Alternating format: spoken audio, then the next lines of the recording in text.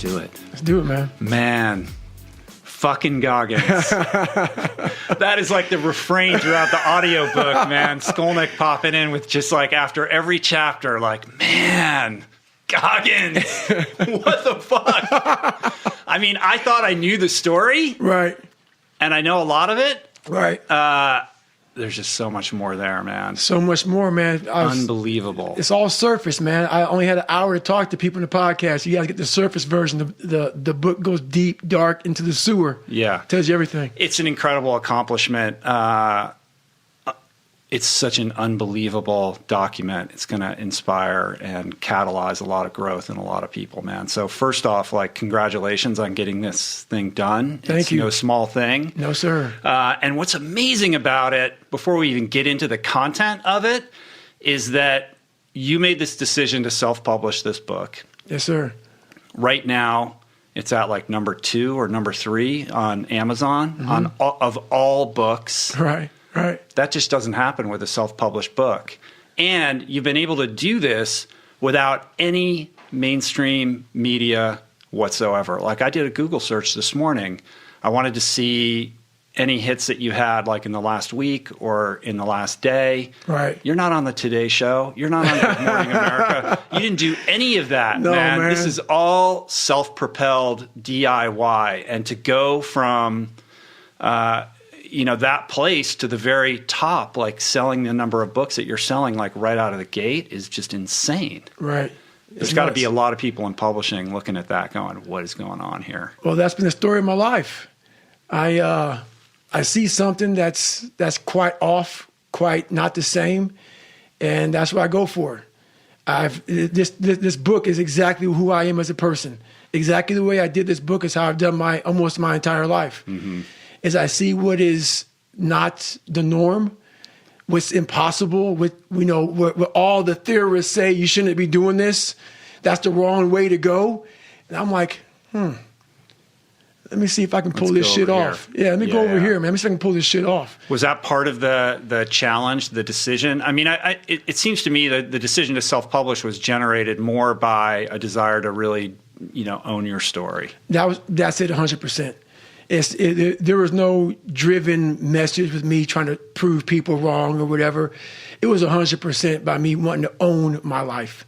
There's a lot of people I know that I speak with right now that have nice book deals out there, and the people who buy their book with their publishing house, they can't even talk some of this stuff, in like in speaking engagements. And I'm like, what? You can't even talk your story? And some of these, they're like, no, like I got to make sure that they're aware of it. And I'm like, no, man. Mm-hmm. I want to own 100% of the suffering I went through in my life. I don't want anybody telling me, hey, Goggins, you can't say this. I would lose my shit. What? I suffered this badly, and you're gonna fucking tell me I can't say this? Right.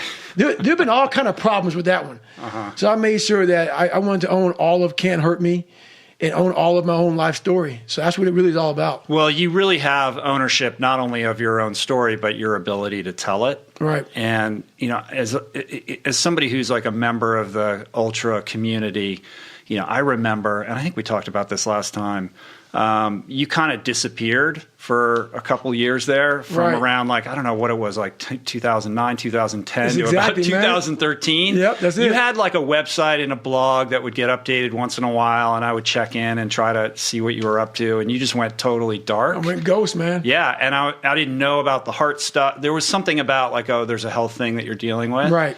And I thought, oh, this guy's just disappeared. Right. But that was the recruiting era, right? Where you were just on the road telling your story and putting in the reps on how to tell your story. So it was the recruiting era for me when I started becoming like the Navy SEALs needed more blacks in the SEAL teams. And that's what people don't understand. Like why did you become a recruiter in the SEAL teams? I was one of the few black guys, and I had already done Badwater. So I got a little bit, small bit of notoriety for doing Badwater. And so the Navy SEALs were like, oh my God, like we could use this guy to try to get the 1% of the African Americans in Navy SEALs up to maybe 2%. And so I hit the road and started doing that. But I also I'm not a big guy on social media. So I was actually happy to kind of pull away from it. I'm just not big on that stuff. Even today, I'm just not a big fan of it, man. I'm a big introvert. I get a lot of my strength from being introverted. And going out there and doing what I do is all this is very difficult for me, man. All of it. Yeah, it's funny when you say you're introverted because you're so good, when it comes to sharing your story, and it's so compelling. And, there's a lot of people out there like they're quote unquote like influencers or whatever who would be like, wow, like this guy's got, I don't know, what do you have? Like 600,000 plus on Instagram or something like that. Yeah. And for somebody you're averse to it, you don't like it, you hate it, you only post once in a while. You don't really advertise what you're doing at all, but you've grown this huge following of people who are super interested in what you're doing. Well, I think it's important to do things you don't like. And I was very ashamed of my life story for a long time. I didn't want to go out and tell anybody shit about me. So that's why I had two people. I created one David Goggins and one Goggins. Right. And I didn't want people to know that I had all these issues. But after a while, people start to give you these different taglines. Like you're superhuman, you're amazing. I'm like, you fuckers don't know anything about me, man. I'm this insecure kid. And I started realizing there's a lot of people out here who are going through a lot of problems that I once tapped into. I had a whole bunch of issues growing up. And, I felt compelled to this, you know what? Mm-hmm. You got to start sharing this stuff, man, because people see where you're at today. They see where you're at today. They see the man you are today, this rock hard human being. Show these people where you come from. Right. Show these people it's possible. It's funny when you're reading the book, like once you get into the later chapters, like 6, 7, or 8, all the way to the end, you start to forget chapters 1 and 2. That's right. And you start thinking this guy is a superhuman, and then you got to remind yourself, like, oh man, look where he came from. Right. I actually do that in the audiobook. In the audiobook, while Adam's reading, we have a moment where we stop because we're like 6 or 7, 6, 7, 8, where I start doing all these crazy feats and start going way beyond human limits for myself. And I tell people, while you're hearing this, I know you guys have already forgotten about how I came up. Don't forget the torture I endured mentally and physically in my own mind, going through all this shit. So don't ever forget that. So people forget that so quickly when they get to that 7, 8, 9, 10 chapters. So it's we should just mention the audiobook. I mean, the book is amazing, but the audiobook is next level. And part of that is because you guys kind of broke the paradigm here. Right. You made this somewhat risky decision to have Adam read most of the book, and we can get into the reasons behind that, which I think are well considered. But then after each chapter, you and Adam break it down podcast style, like informally, where you just freestyle on what that chapter was all about. And that just brings it to life in like this technicolor way, which makes it just such a compelling experience. Well, everything I do, I try to do my very best. And now that I'm out here trying to share this story with people, I want to be so real and so fucking authentic to the point where it was embarrassing to me. Mm-hmm. As I was writing some stuff and I was giving it to Adam and we were going back and forth, I'm like, man, I was talking to my fiance, do I really want people to fucking know this about me? But that's the power, man. And that's the power strength that of you it, have to summon to be that vulnerable, because that's how people are going to be able to emotionally connect. Exactly. When they look at what you've done in Badwater and all the buds and all that kind of stuff, it becomes difficult for people to relate to that. But when you have the strength and the fortitude to share those parts of your life that do embarrass you or provoke shame in you, that's the real shit. I had to show people I was human. People didn't think I was human. Mm-hmm. They thought I came from outer space, man, from some spacecraft and shit, and landed down here and just formed Goggins from the rocks and the soul of the earth. No, that's not how it is, man. So I said, I'm gonna share a secret with you all. Well, in one of the recaps, you tell Adam writing this book was the hardest thing you've ever done. And as somebody who's done a lot of hard shit, that was a surprising thing to hear. Well, looking in the mirror at yourself, because I did a really good job by creating this guy I am now. So I can just go by and just live by this guy here. This is who I am. Do you think of it as like this, because you refer to yourself in the third person Always. All the time, right? So it's like this character that you're trying to aspire to be that's distinct from you. Like you create this like division. How does that work? It's a big division because when I talk to people, like I see where I'm at today, but I know where I come from. And it's kind of hard to almost separate that. I'm almost, not in a way I'm kissing my own ass, but I'm amazed at what a human being can actually do. So when I start talking to myself in the third person, it's strictly because I know that I literally made this human being out of just like a whole bunch of scraps. Mm-hmm. And I wasn't, I wasn't a mechanic. I wasn't a carpenter. So I didn't know how to do any of this shit. Mm-hmm. I wasn't trained in how to build a human being from nothing. Like my mom didn't train me. My dad didn't train me. Life didn't train me. Well, life did train me. Yeah. Life did train me, correction. And I started putting this scrap metal together. I'm like, I wonder what the fuck's gonna happen. The first year I tried to do was all fucked up. And after a while, I started learning more and more and more through pain and suffering. I started learning so much about stuff. Before I knew it, man, I built this beautiful car. And I'm like, how the fuck did I do that?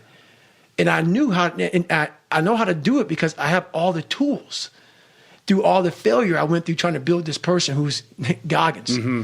Yeah, and that was something that came across loud and clear, which is it's not like you develop this toolbox and then everything worked out. Like, No. It's like there's so many ups and downs and highs and lows, and you're constantly getting knocked down again. A lot of Home Depot shopping for that toolbox, brother. Yeah. And I think the real gift that's built into this whole thing is how you reframe vulnerability. Like, we tend to think of vulnerability as a weakness or, somebody who's soft. Right. And you embody it in a completely different structure to show people that it is strength. Like, if you want to be hard and you want to be strong, vulnerability and open-mindedness are the keys to that kingdom. And you said it perfectly there. The one thing that made me who I am today is being vulnerable. It's breaking myself down to the absolute rock bottom and being able to tell people who I am. And that's how I fixed it. Literally, being able to look somebody in the eye and say, you know what, man, I have a whole bunch of character problems, character flaws. I've lied about this. I've cheated here. I'm insecure here. This isn't the real me. I lied to you about that. I wanted your acceptance in life. All those things happen. But the thing about it is that we get judged so quickly by who we are. We don't know. We don't go to where it happened. Life created this person, me. Life created me to be this fucked up person that I was back in the day. And I had to realize, man, that's okay, man. It's not my fault. Now I gotta go back and fix this shit, though. Mm-hmm. So a lot of this isn't your fault, why you do some things you do, why you feel the way you feel. But no one's coming back to save your ass. You have to go back to where the shit started, wherever that place is for everybody, and have the courage to go back there and start fixing what broke you. Mm-hmm. And that's when I was like, hey, I'm fucked up. I'm gonna go back and fix this, though. You got to be honest with yourself 100% about where you're at. 100%. People don't like that. Oh, it's ugly. Yeah. And what's funny about it is that as you're trying to fix yourself and dig yourself out of this deep hole that life, society, and you helped also, those people who you saw down there in that hole who were there with you, who were your friends and people who you counted on, because you meet the people in the same situation that you're in life. Those people become your friends. And the second you try to get out of that situation and become better, those people are in that grave, in that dungeon, just yanking at your heels, man, saying, get the fuck back. Oh, no, come on back here, motherfucker. Yeah. You ain't gonna make me feel like shit by you getting out of this hole. Who the fuck do you think you are? So I get that all the time now. People would constantly remind me of who I used to be back in the day. And they always come out of the woodworks, man. Versus my That's still God. happening? You know what? When you come from a small town, and you come from a place that a lot of people don't want to come out of it and get out of it, and all you want to do is become somebody, when you have small town mentality is a real mentality. You've got to be able to get out and let your mind see open-mindedness. Because a small town, what it does to you is it closes your mind, completely closes your mind. Not everybody. This isn't everybody. A lot of people. You have to be able to go out there and create open-mindedness. You need space. You need space to see the world. Like a lot of racism, a lot of ignorance in the world, it comes from people not being out and seeing other things, seeing other people, seeing all kind of shit. That's why we judge so harshly, because our minds are so closed to the reality of life, period. Have you been back to Brazil? I went back to Brazil a couple of times, and I have nothing wrong with Brazil. Because once again, another thing about growth is you can't hold on to hate. Mm-hmm. You can't hold on to hate. And see, once you take a different step, so I had to take a step out of my life because once you're in that hell, That's all you see is what's in front of you. When I stepped out of it, I saw Brazil very differently. There were a lot of great people in Brazil. Some of the best people I knew were from Brazil. But when you're in hell, all you see is a little patch in front of you of the kids that are calling you nigger.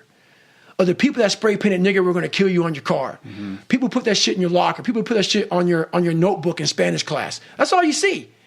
You didn't see that, my God, a lot of people fucking like me here. So once you take a step back and see the reality of the true ignorance that you're dealing with from a small group of people, that's when you get growth.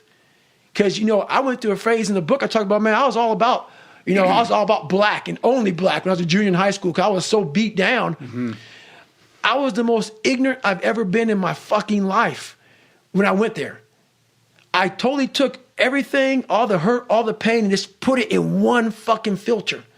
I got to find people who look just like me and act just like me to find acceptance. That when you were doing the crazy haircuts. And that's the crazy haircuts. Watching Malcolm X video every damn night when I went home and shit. Uh-huh. Yeah. So the last time you were here, we kind of recapped your story chronologically, and I don't want to spend a lot of time on that, but there's a lot of new people listening, so I think it's worthwhile to kind of catch people up on exactly who is David Goggins and where you were, where you came from, what you endured, and how you arrived at this place. Is there a way to do that concisely? I can do it pretty quick, I guess. Mm-hmm. I was born in Buffalo. My dad was owned skating rinks and owned bars. And he was a very insecure guy, and he was an alcoholic. He used to get women for favors. So my dad, I'm not saying he was a pimp. I always say he's a pimp because that's how I look at it. My mom said the proper way to say this is that your dad used to get women, and he would exchange women for favors. So there you go. That's pretty much a pimp. He was a pimp, right? He was a fucking pimp. So basically, that's my dad. He was a guy that didn't care much about anything but himself. But he was kind of a baller in your community, a big baller. Right? Knew O.J. Simpson big time, knew all the Buffalo Bills. Him and Rick James were best friends. Wow. So we had two different sides. It was the side that everybody saw, which was the side of, this man, your dad is so damn cool, man. He's awesome. And we lived on Paradise Road. The second that door was shut in that house, it was game on. The real him would come out. It was a perfect Jekyll and Hyde. So when you're born into that at a young kid and like you're getting beat for no reason, I'm not, whippings are whippings, man. Yeah. But this guy would beat you for no reason, just because he was drunk, just because he saw you, whatever. It's kind of like an Ike Turner character. Ike Turner probably on steroids. Right. So that's who he was. And he was a perfect person for psychological warfare. The beatings were horrible, but the mind torture was the worst. Mm-hmm. He got so deep in my head as a young kid, and that really fucks up your foundation. When you're born, man, there's some sensitive years in there, man, where your brain starts to develop and starts to give you self-esteem, courage, confidence, all those things. And my dad was stripping that away from everybody. And when you see your mom, the worst thing to do is when you see your mom getting beat senseless at a young kid. Mm-hmm. That shit scars you permanently. I mean, she was like a prisoner. She was a prisoner. Guy. And what you guys had to do to escape and get away from him is like insane. So she was 19 when she went there, and she was an innocent 19-year-old, and she came from a great family, and she met this man, and totally just it was brutal. It was very sadistic the way she was tortured by him, and the way my brother and myself were, and that broke me and my brother up. My brother loved my father a lot. He saw something very different than I saw, because whenever my mom and I would get beat, my brother, I'm not calling him a coward by any means. He handled it very different than I did. He would go in his room. He didn't want to see the beatings. I would protect my mother. So in that, I saw a lot more of the violence. I was trying to protect her. And me trying to protect her, I really got beat. Mm-hmm. So when you're constantly in that battle, in that struggle, and your brother's going in a different room because he didn't want any part of this shit. He hated it, and he loved family. He loves family. And I became the person like, hey, man, I'm not about it. And you had to shoulder the responsibility, this idea within you that you were responsible for making sure that your mom would be safe. And that was hard for an 8-year-old kid, because when we moved to that small town of Brazil, Indiana, I had a learning disability. I was stuttering. I was battling so much shit that I never even told my mom about. because she was battling her own demons. Right. So at 8 years old, I'm looking for comfort, and I'm like, hey, don't bother your mom with shit. You were not the man of the house. And I started becoming real protective of my mother at a young age. So whatever you're going through, man, you're on your fucking own. You're not gonna tell your mom shit. And she ended up finding out later through the school systems and through me failing and through me, all these issues I went through. She found out a lot, but I kept as much as I could from her, man. And that really was a hard task for me to raise yourself mentally when you're already in the deepest, darkest dungeon of all time. And I think that's where I started really creating myself. I had to really start creating a certain pattern, a certain process, a certain kind of indestructible toolbox to handle my life. Well, you were on this trajectory to nowhere pretty quick, but the kind of inciting incident that starts to shift your trajectory is this Air Force guy that comes into your life, right? Mm-hmm. Like you develop this obsession with the military. Right. And then you meet this dude who survived that parachuting. Right. It was nuts, man. Parachuting gone very wrong, and you become obsessed with this guy. And correct me if I'm wrong, but that seems like the first sort of glimmer of hope that you might find your way in a different So, path. Like I talked about a lot, it started off with the Rocky and Rambo movies. Right. Those are kind of like my fathers when I was coming up. But then when I finally met this guy named Scott Guerin, this guy that fell off, he had a parachute accident. A guy crashed through his parachute, and he fell 13,000 feet, pretty much to his death because his parachute collapsed, and he fell 120 miles an hour to the ground. I mean, that picture in the book of it's him disgusting, right? And so he hit the ground, and I met him a couple years later at this CAP, Civil Air Patrol camp, and I'm sitting there, and no kid was like amazed by him. It was like, okay, this is a great story. I'm a kid. Let's go. I'm sitting. He comes out, and I was amazed by Rambo. Like at a young guy, like, oh my God, this is the real Rambo. He came out. He had, he got his throat cut open to open up his airway. And so I saw he got trached, and I saw all these different things. I was like, my God, he came out talking all like Clint Eastwood, and he shared the story, and he's all hardcore. And I started following this guy, but he didn't know I was following him. So for a week long, he did push-ups and flutter kicks, and all. I was like, man, that is the real Rambo. Why do you think it connected with you and not with the other kids? Like, what was it inside of you that was, obviously searching for somebody like that? I was looking for strength my entire life. I didn't have any. I was a really weak kid. My dad beat the living shit out of me and took I was strong as a young kid. But me protecting my mom for so many years in that house, my dad made me very afraid because he beat the shit out of me every time I went at him. Mm-hmm. So in that, every man wants courage. Every man wants strength. At least this one does. So I found it in every way possible. And when I see a strong guy, I was like, okay, maybe he can teach me. So he didn't know anything about me. So time went on. I left school, and then this guy was in my mind. We had zero money, man. Like at one time, we lived in a $7 a month place, government subsidized apartments. Now we live in like a $200 place at this time. I went on a $500 phone bill. And back then, dude, and having no money, my mom wanted to kill me. I was in search of Scott Guerin. Yeah, no Google, no internet. Google, no nothing. You're just randomly calling up bases? Air Force bases, man. Calling up Air Force bases, man. Hey, do you know what Scott Guerin? What do you mean? I'm like, who's Scott Guerin? I'm like, he's a pararescueman. A what? Because, a pararescueman, there's not a lot of them. So I started getting, there's a PJ base here, a pararescue base here.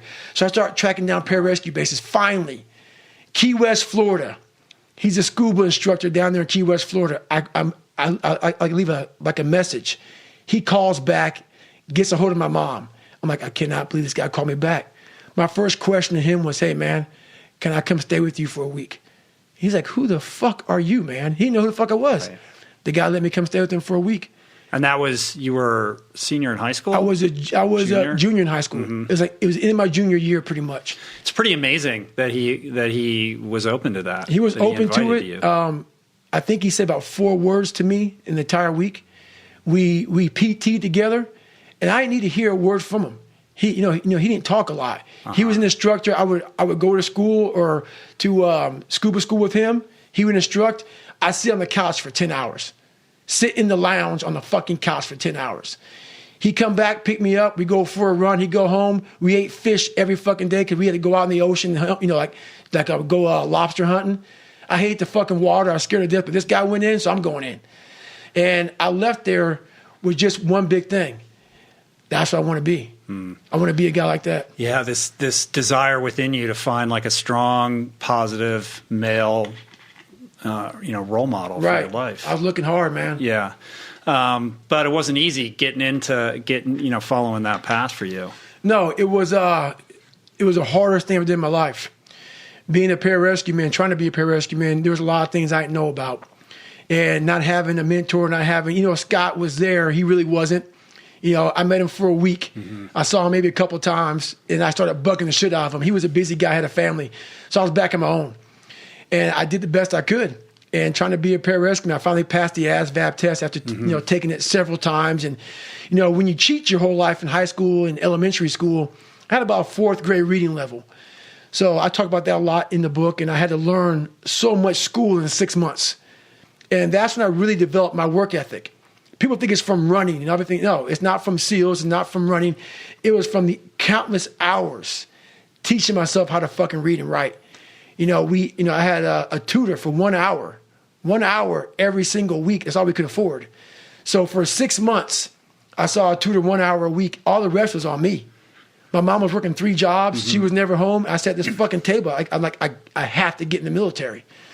And that became my obsession. The whole book is really about mindset. That is the whole game. And I would agree that people look at you and they want to talk about Badwater and all these races that you've done, 8 100-milers in 8 weeks and all this insanity. Right. But really, this is all a product of hardening your mind, callousing your mind, to use your phrase. And throughout the book, what really, makes it stand out is that there are lessons throughout. Like, this is a book in which it would be easy to think that David Goggins is the hero, but the reader is the hero, which is why you made this decision to reference what we were talking about earlier, to have Adam read it, because you wanted the reader to see themselves in this own journey. And you have these chapters, or after every chapter, you have these challenges and takeaways for people to use to change their own mindset.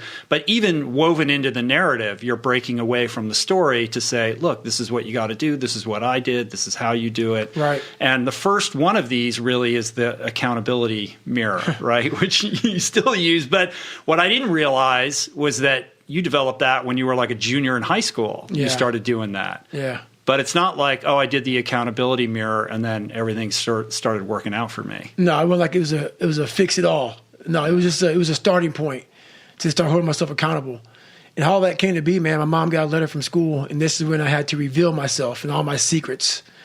The secret came out, man, that I wasn't going to school, that I had flunked most of my classes. I had my report card in there for everybody to see, one of them. And it was revealed. D's and F's in that. Yeah, it was a nice report card. Thanks a lot, Rich. I appreciate it. You put it in there. I put it in there, man. But you have to talk about it right now. It was a very embarrassing report card. And she was like, "What is this?" And this was like, she didn't see any report cards in my life. And at this time, she was frustrated. Not with me. Well, you had doctored that other report card, right? I doctored so much crap, but she didn't really see that one. Uh-huh. But I doctored all my report cards. And this one I had to reveal myself. And she was like, "You know what, man? You're going to flunk out." And that was the conversation. I'm like, "Hey, we got to do something." She said, "You got to fail." She had her own demons, her own problems. And that's when I went into the bathroom. And I was like, "My God, dude, like this is a harsh reality. Your mom is like, you're done." Mm-hmm. And I'm like, "You are on your own." And the ASVAB was really the first real challenge where you tried to show up for something 100%. Right. That was my first real challenge. And what I love about the book is, there's the grand, huge challenges and accomplishments, but what I find most inspiring are just the small little things, like these little details, like when you've left that test and then you're in the car and then you go back in. Yeah, so it's like things like that really touched me. That was actually trying to be a Navy SEAL. It was a different test. Right. But, yeah. So that was a very emotional moment for me. And I'm actually there right now in my head talking to you. I remember that moment like it was yesterday. I was a fat guy trying to be a Navy SEAL now, and my life had come to this crossroads where I'm like, man, you have to go right. And no one was going right. Everybody was going left. I'm like, you have to go right. And to know the pain and suffering I was about to endure by going right, the amount of accountability and failure I was going to witness and suffer by myself alone on this journey, it was daunting. So when I finally got to the ASVAB test, and I was taking it for my very last time to get into the SEAL teams or to try to even try out, they weren't supposed to tell me my score. And I went back out to my car after I took it. I was on some computer test, and I didn't know how to use computer. I was wigging out about that shit because the first time I took it was like some like notebook. You know, you open a Scantron sheet and you bubble it in with the number 2 pencil and shit. You turn it in. I saw a computer and I was like, oh, fuck, what the shit? What is, oh, my God. I'm like, it's on the computer? So I wigged out there and I had to get a 50 on mechanical comprehension. And this was like the third time you'd taken the test, right? This is my second time. So I took it 3 times for the Air Force and twice for the Navy. So this is my second time for the Navy. And they're like, hey, this is it, man. You know, you're done. You're too old. You have a limited amount of time to lose 106 pounds, and you have to take his ASVAB again. There's so many things that's crunching down my head. And so when I took the test, I knew I had a good enough score to get in the Navy, but to be a SEAL, I had to score high on mechanical comprehension, a 50. So the first time I got a 44 on mechanical comprehension. So I'm sitting there and I take the test and I hit send. Send meant it's out in outer space somewhere, but I knew it popped up at the administrator's desk. And he's not supposed to tell me shit. He tells you sit down, take your test, and you leave. I walked out, got in my car, or I was walking around the car, whatever. And I was like, I got to go in and find out, man. So I went in, I literally sat there. Everybody's taking their test, and I'm begging this guy. And he's telling me, I can't tell you shit. It's against government, it's against rules, everything. Right. He opened it up, he goes, okay, man. He said, you got a 65. I said, no, man, I didn't know I got a mechanical comprehension. And he scrolled the page down, and it was exactly a 50. And I literally, like, what came through my body, because it's easy to talk about now to you, but no one knew the time and energy I put into getting that 50. Right. It was pretty amazing. Yeah. I mean, what is that? What did that represent for you? Like the opportunity for a new life to finally get away? Represented an opportunity for a new life, but the thing about it is I'm trying to be a Navy SEAL. At this time, I was still 200 and some odd pounds. I still had more weight to lose. So think about this. I put everything on David Goggins to be a Navy SEAL. It's like going to the crap table with your last $1,000. And you say, you know what? I'm going to put everything on this fucking, on black. And hopefully I win. If not, I'm broke. I put my whole life, a guy that was scared of the fucking water, a guy that could fucking taught himself how to read and write, on being one of the hardest motherfuckers on the planet. Think about that shit. A guy that came from nothing. I put my whole life, and I'm going to go out here and put everything on David fucking Goggins to be a Navy SEAL. Not to go be a fucking, Boy Scout or some shit. A Navy SEAL. And I look at that, and I did all this shit just to get the opportunity to succeed. That's what people don't fucking understand, man. If people see the end result. I remember that guy saying, my God, man, I can't believe what the fuck I've just done. I put everything, ruin relationships, ruin this, ruin that, put everything on. In fact, I have to become someone in this world, or I'm no good for anybody. Where does that come from? Where did that compulsion, that drive? It comes from a disgusting place of not being fulfilled in your life, of afraid of dying, having never accomplished anything. That's a fear that some people run away from, that people don't want to face.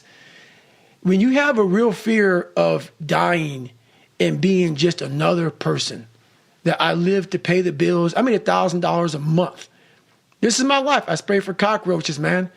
If that makes you feel good, that's great. It didn't make me feel good. I wanted to, the first time in my life, after 26 years, it was 24, 25, wherever I was, I wanted to feel good about myself.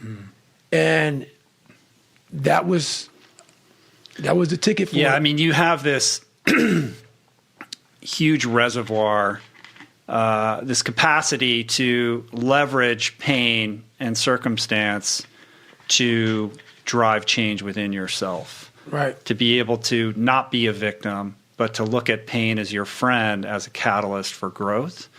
And I think there's a lot of people out there. Look, if you're in enough pain, that's going to move the needle for you. There's a lot of people out there that are in just enough pain where they're willing to just settle for what they have because they're not in enough pain to change. Right. And the fear of change outweighs the pain of their daily existence. You know, the one gift I have, with all that being said, what you just said there, is I have the ability to see the end before the beginning even begins. And what that means is I know that to get to the very end, I can see it right now. So before I went to Buds and I was losing all this fucking weight and shit, I saw myself walking across the fucking stage at 191 fucking pounds. 'Cause that's what I had to get to get into the door. I saw myself 6 months, a year later, whatever's going to take me to do it. I saw myself walking across that stage, getting that fucking certificate of graduation from Buds. And I was able to be there at 300 fucking pounds. And that feeling that I was nowhere near that fucking feeling, I was able to put myself there 1,000,000 times every fucking day. And that feeling of like, my God, that is going to feel fucking amazing. That's what made me suffer. That's what allowed the pain to be real and say, this is worth it. I want to feel for this fucking next 18 months. It took me 18 fucking months to finally become a Navy SEAL, to finally, just get through Buds. 18 months. It's 6 months. It took me 18. That's what woke me up every fucking morning was I'm going to put myself through this much fucking pain and suffering for a few seconds. That's all it is. A few seconds of joy. And it's so fucking worth it, man. That's what people don't get. So I'm able to put myself at the finish line, even though I have no finish line, but at the finish line of an event before I even start the motherfucker to say, how are you going to feel at the end of this? Well, visualization is one of the challenges.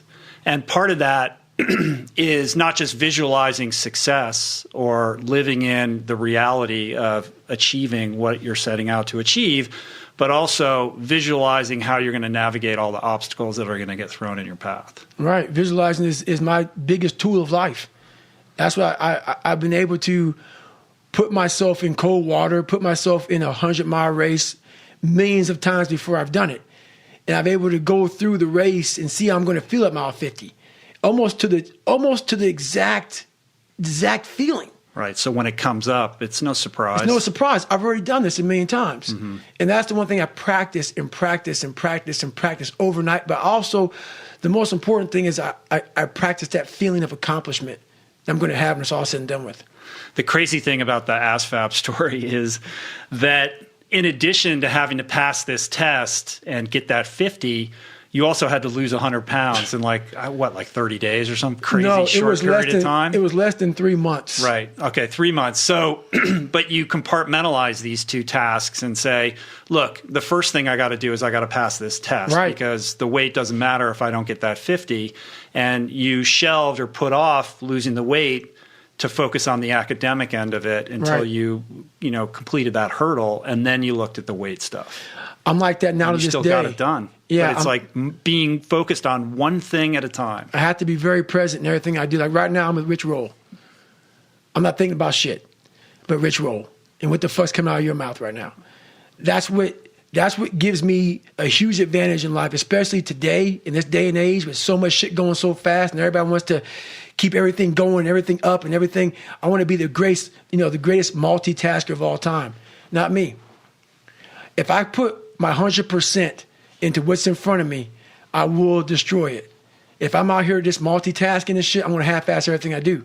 So it is the most important thing in the world to me, is being focused at the task at hand. And it's getting harder and harder to do that because there are so many distractions, and it's so easy to distract yourself. Yes, it is. You don't ever have to be bored again with these things in our pockets. No, but the one thing I'm most scared of in the world is losing touch with the best thing in the world is your mind.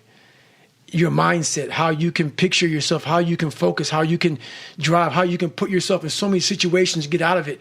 Because those headphones we listen to, those phones that we Google to find information, there's so many situations in my life where that shit's not going to help me. It's not going to help me. And you're able to just turn that off.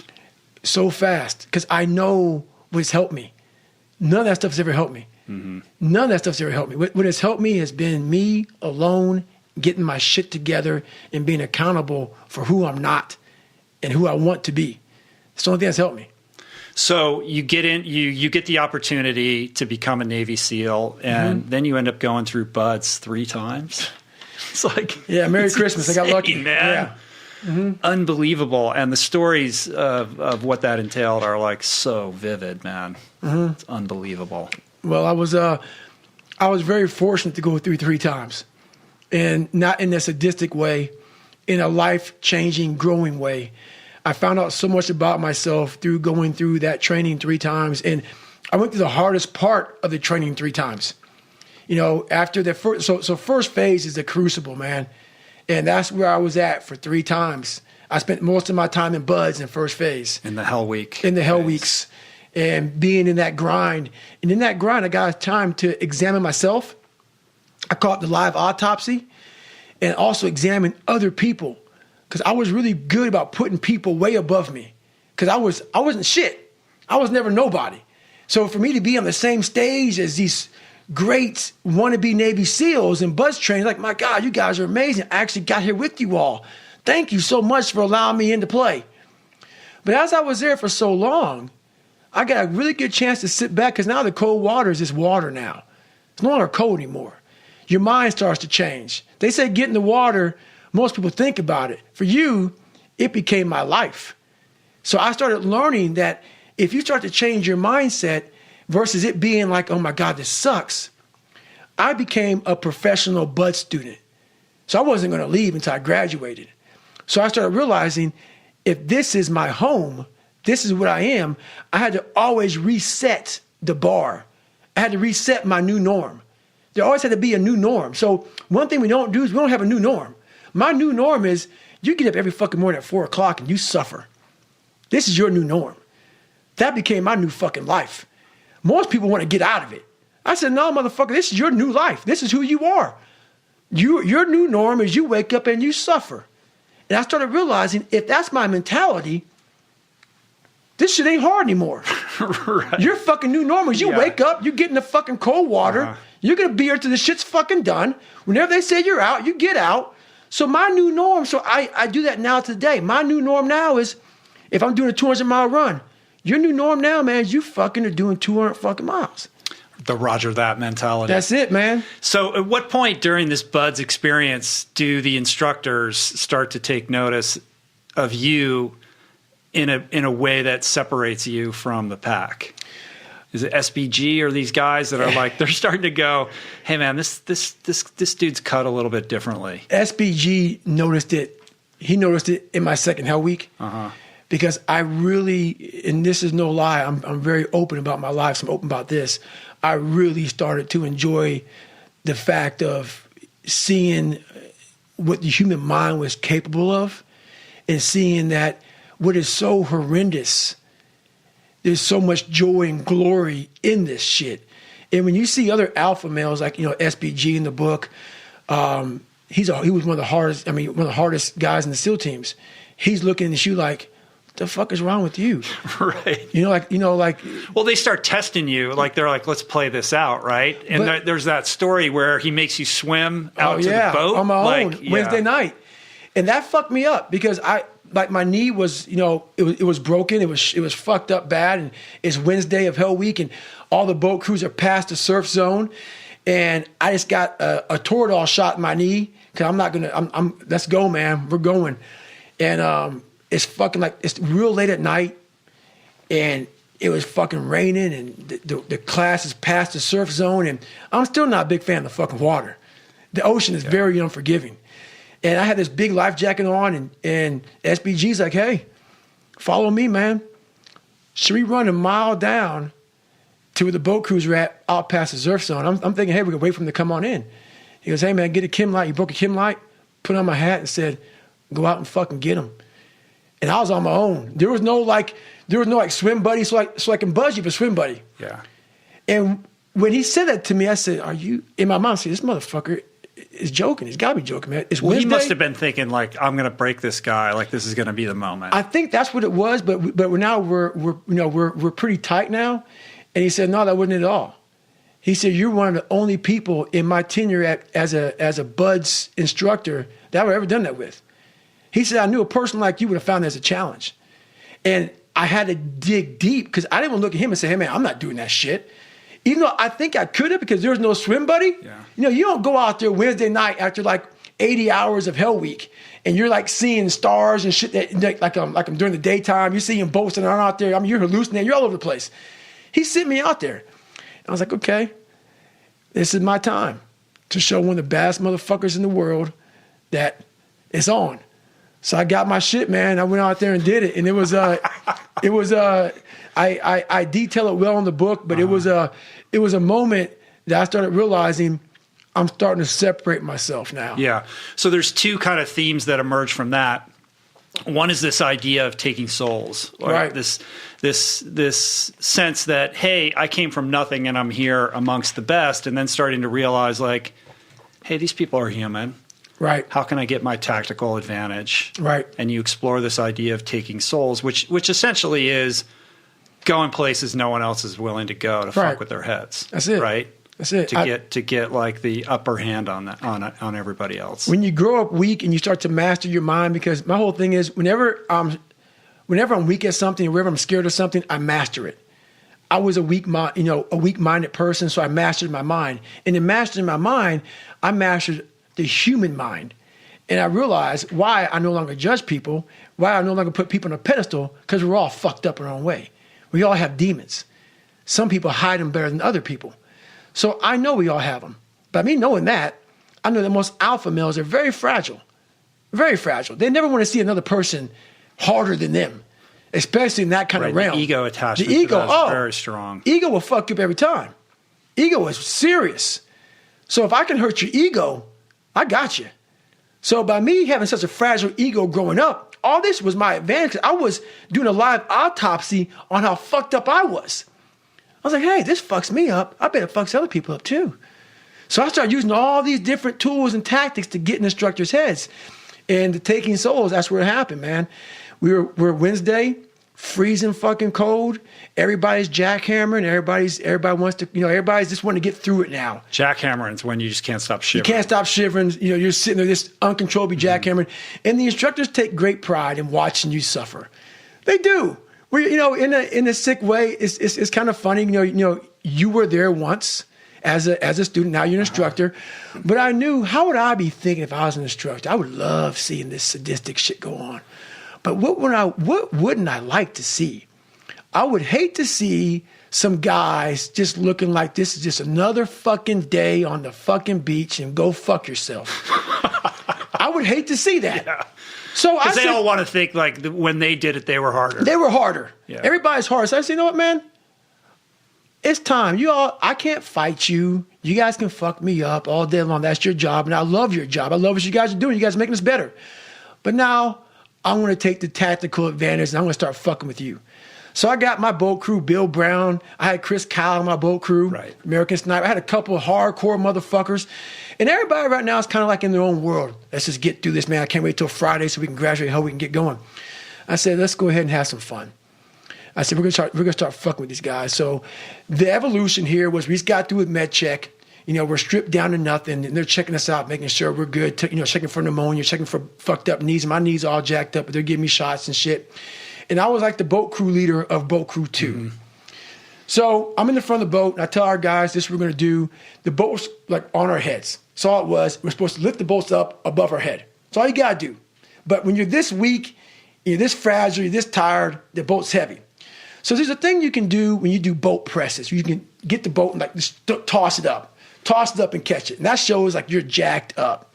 So everybody's holding the boat and they're shaking and the boat's starting to come down their head and all the boat crews are all lined up and they're fucked up. And I'm looking at that and I turn around my boat crew and say, hey guys, it's time to fucking take some souls. And they'd be like, what the fuck are you talking about? I said, I go, you see all these fucking instructors out here, all in their fucking jackets and drinking coffee and laughing and smiling and shit. I want their fucking faces to go straight up fucking numb. So we're going to do this. We're going to start boat pressing this motherfucker. Just take my lead. Trust me. You'll get energy from it. We start throwing this boat up in the fucking air, catching it, throwing it up and catching it. And we start yelling, can't hurt fucking boat crew too. We're yelling our fucking ass off and we're doing it. And they make a stop, like what the fuck, like stop. I look at these instructors, and their faces literally look like someone just took their soul out. 'Cause I know where their minds were. Like, they were thinking about themselves. Like, what the fuck just happened, man? I know me on Wednesday, I couldn't have done that. How are they doing it? So the rest of the time, going through Hell Week, it was like we owned it. We owned it. Right. Boat Crew 2, we won every single race. We were just dominating.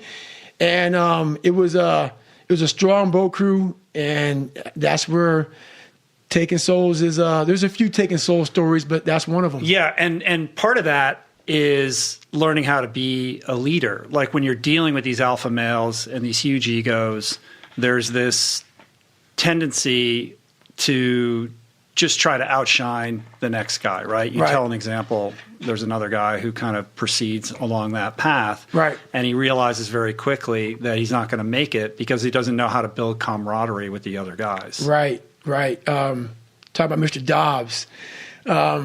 He's a good friend of mine still to this day. And he went into that place, man, and I knew where he was going. It's in my third Hell Week. And I knew Sean real well, but I knew he was real arrogant. He had a serious chip on his shoulder like I do.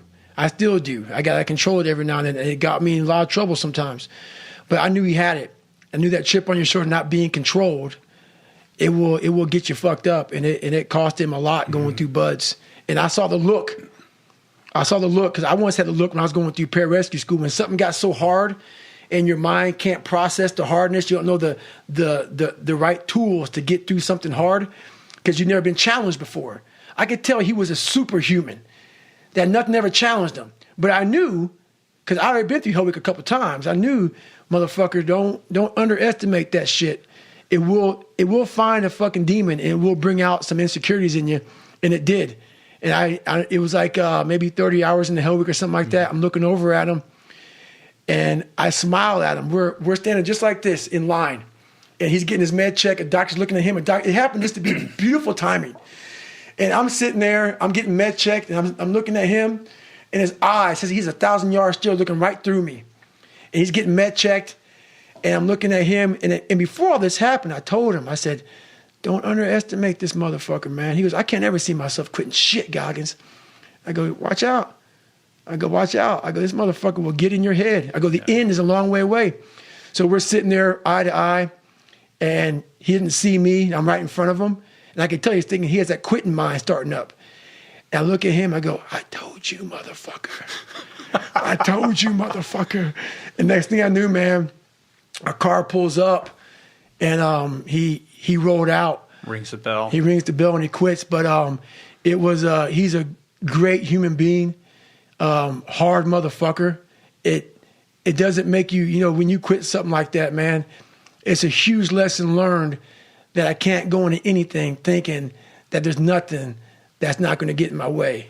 You got to be prepared for all those obstacles. Right. Well, on this theme of the reader being the hero here, like what is the takeaway on the stealing souls thing? Because that's one of the challenges. Well, there's tons of takeaways with that one, man.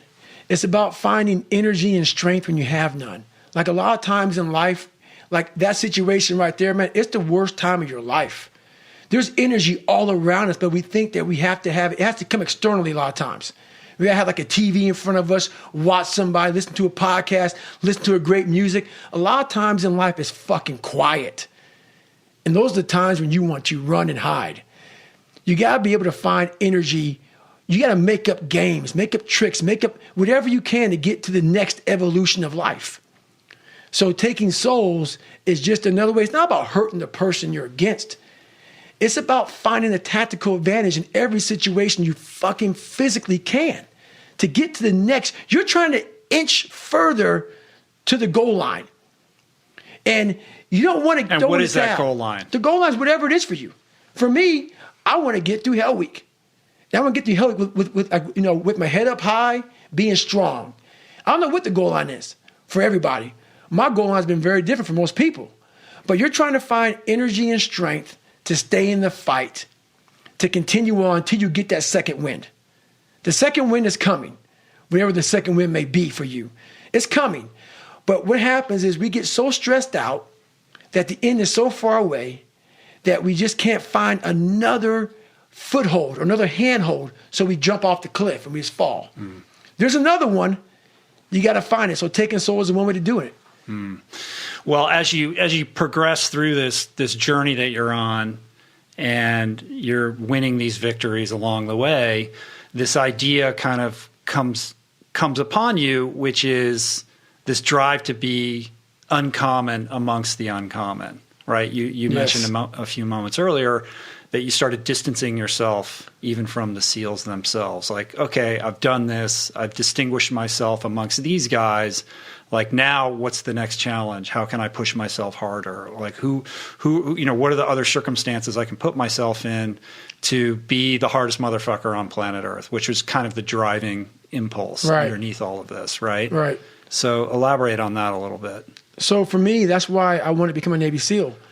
I wanted people to push me outside of my comfort zone every day, and I thought this was going to be the absolute best platform to do that. These guys, the stories I heard after BUD/S, it just gets harder. And I didn't see it that way. Because BUD/S is just to become the SEAL. That's right. I'm like, my God, I can't even imagine what the fuck's going to happen.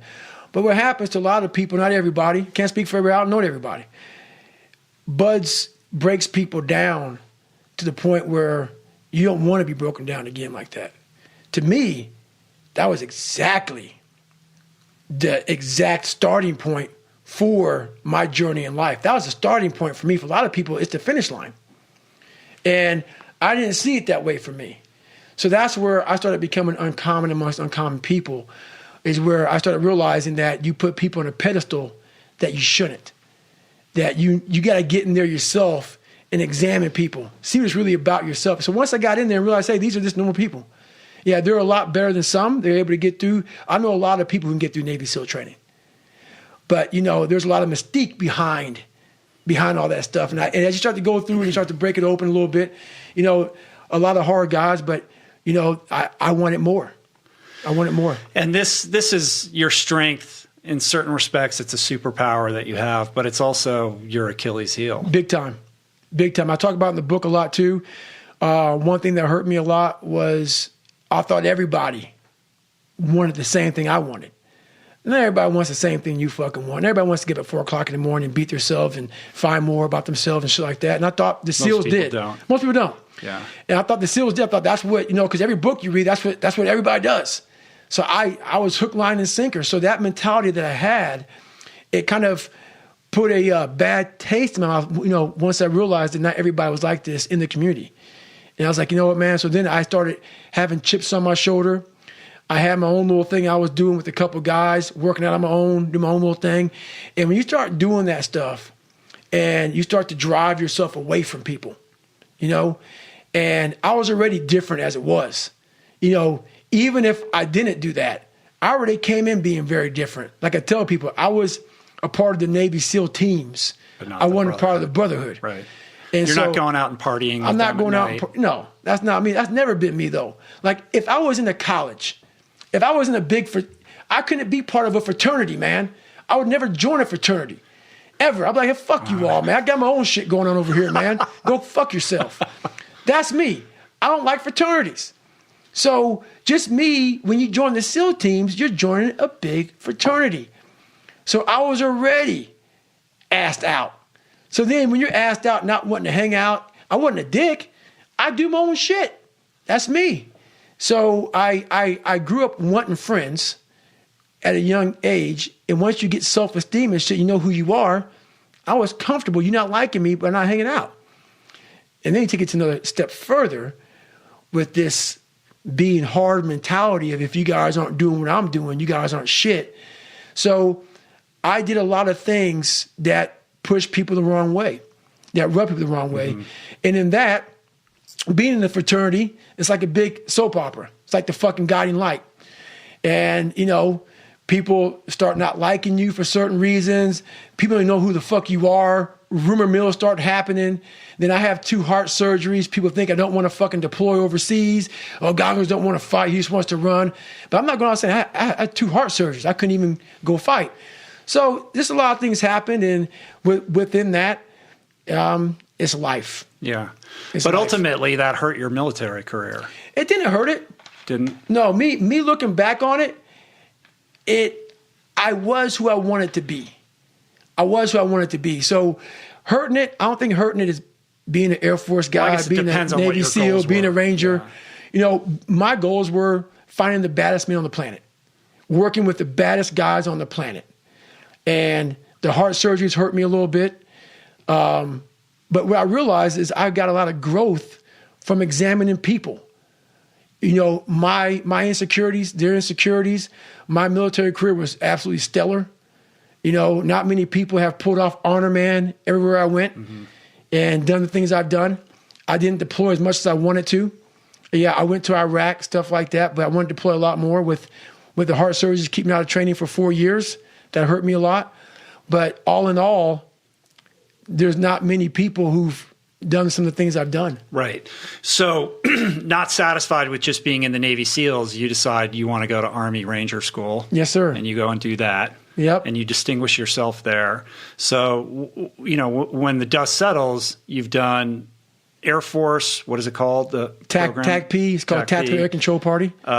Navy SEALs buds, and then Army Ranger School. Army Ranger School. And I went to Delta selection twice also. Right, exactly. So how did that play out ultimately? So at Delta selection, I went the first time when I was I went both times as a Navy SEAL, which is very frowned upon because we have our own little group there. Yeah. You know, Dev group. So how that even came to be was after my second platoon where me and my guys didn't get along. You know, we had a great deployment, but we didn't get along. Bottom line. Once again, it's how life is. When you come back in a fraternity like that, rumor mill flat, you know, goes around and maybe Goggins has a bad attitude, don't work with him, whatever. So I didn't get my orders to go to DevGru. I actually screened for DevGru, didn't get picked up, or I got picked up to go to the screening process. I passed the screening process, was going to Green Team, a lot of these fucking things nobody knows about. But anyway, I didn't get my orders to go to DevGru. So I said, you know what? It's a good time for me to go try out for Delta Force. So I went there, got messed up. You know, I fell down a mountain. My leg got trapped in a mountain or in some rocks, broke my ankle, messed up my ankle real bad. Then I had the heart surgeries. Then I went back to Delta, and I was getting ready to get to the very last day. And what happened there was I was getting real happy. I'm going to be a Delta guy. This is the shit. I can't believe it. I'm back in the game. And once you let your mind get unfocused, you get lost out in the woods. And out there going through Delta selection, it's a lot of land navigation.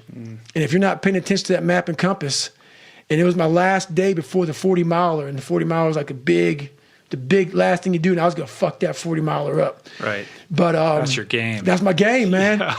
And There's one thing you're going to be able to execute on. I'm going to fuck that up, man. You put weight on my back and go, man. I'm going to hurt you. And I was about 2 hours ahead of time, and I was just going through thinking, man, I'm fucking done. I made this shit, man. I'm going to go back into doing my shit. I'm going back out to fight, man, with an elite group, a tier 1 asset. I was so stoked. My mind got drifting away, and I got lost. And I found myself lost. I reoriented, I got fucking back on track, and I went to what I thought my last point was. I saw another student. I said, hey, man, we only got 5 points. He goes, no, motherfucker, we got 6. And I was like 45 minutes from drop dead, and I made it by 1 minute. And if you make it by 1 minute after making it by 2 hours every day, I was getting there 2 hours early every day.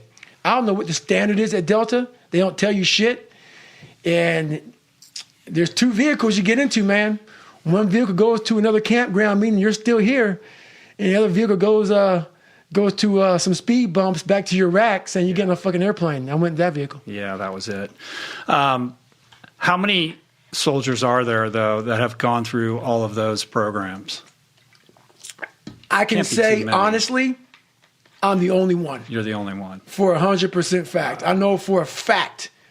And I haven't Googled it and looked at it. I know there's nobody in the world who's willing to say, let me screen for Delta Force twice. Let me go to Army Ranger School as a Navy SEAL. Let me go to Navy SEAL. Let me go be in 3 Hell Weeks. Let me go to Air Force. So my military career was phenomenal. There's a classic quote in the book. I think it's as I recall, I think it's when you decided you wanted to go to Army Ranger School, and one of your guys says, he goes, man, Goggins, you're the kind of guy who would like to be a POW just to see if you could fucking do it. He was my OIC, and I actually still talk to him today of my first platoon. I really respect the guy awful lot. I wish I could pop his name, but I don't have his permission right now. He was a great leader because he understood me. As a good leader, you have to understand everybody that works with you. He understood the uniqueness that is me. And I'm a very different person. You gotta be a real fucking man to understand David Goggins. And I give him a lot of credit for this. Let me be me. And I screened, and he went to DevGru, but he said that before Ranger School because I put a chit in. A chit is a special request chit. I put 7 special request chits in to go to Ranger School as a new guy in the SEAL teams. It's like, why the fuck are you trying to go to Ranger School, man, as a SEAL? And back then, they were sending some Navy SEALs there for punishment. They sent a few there, and I was going because I was like begging to go.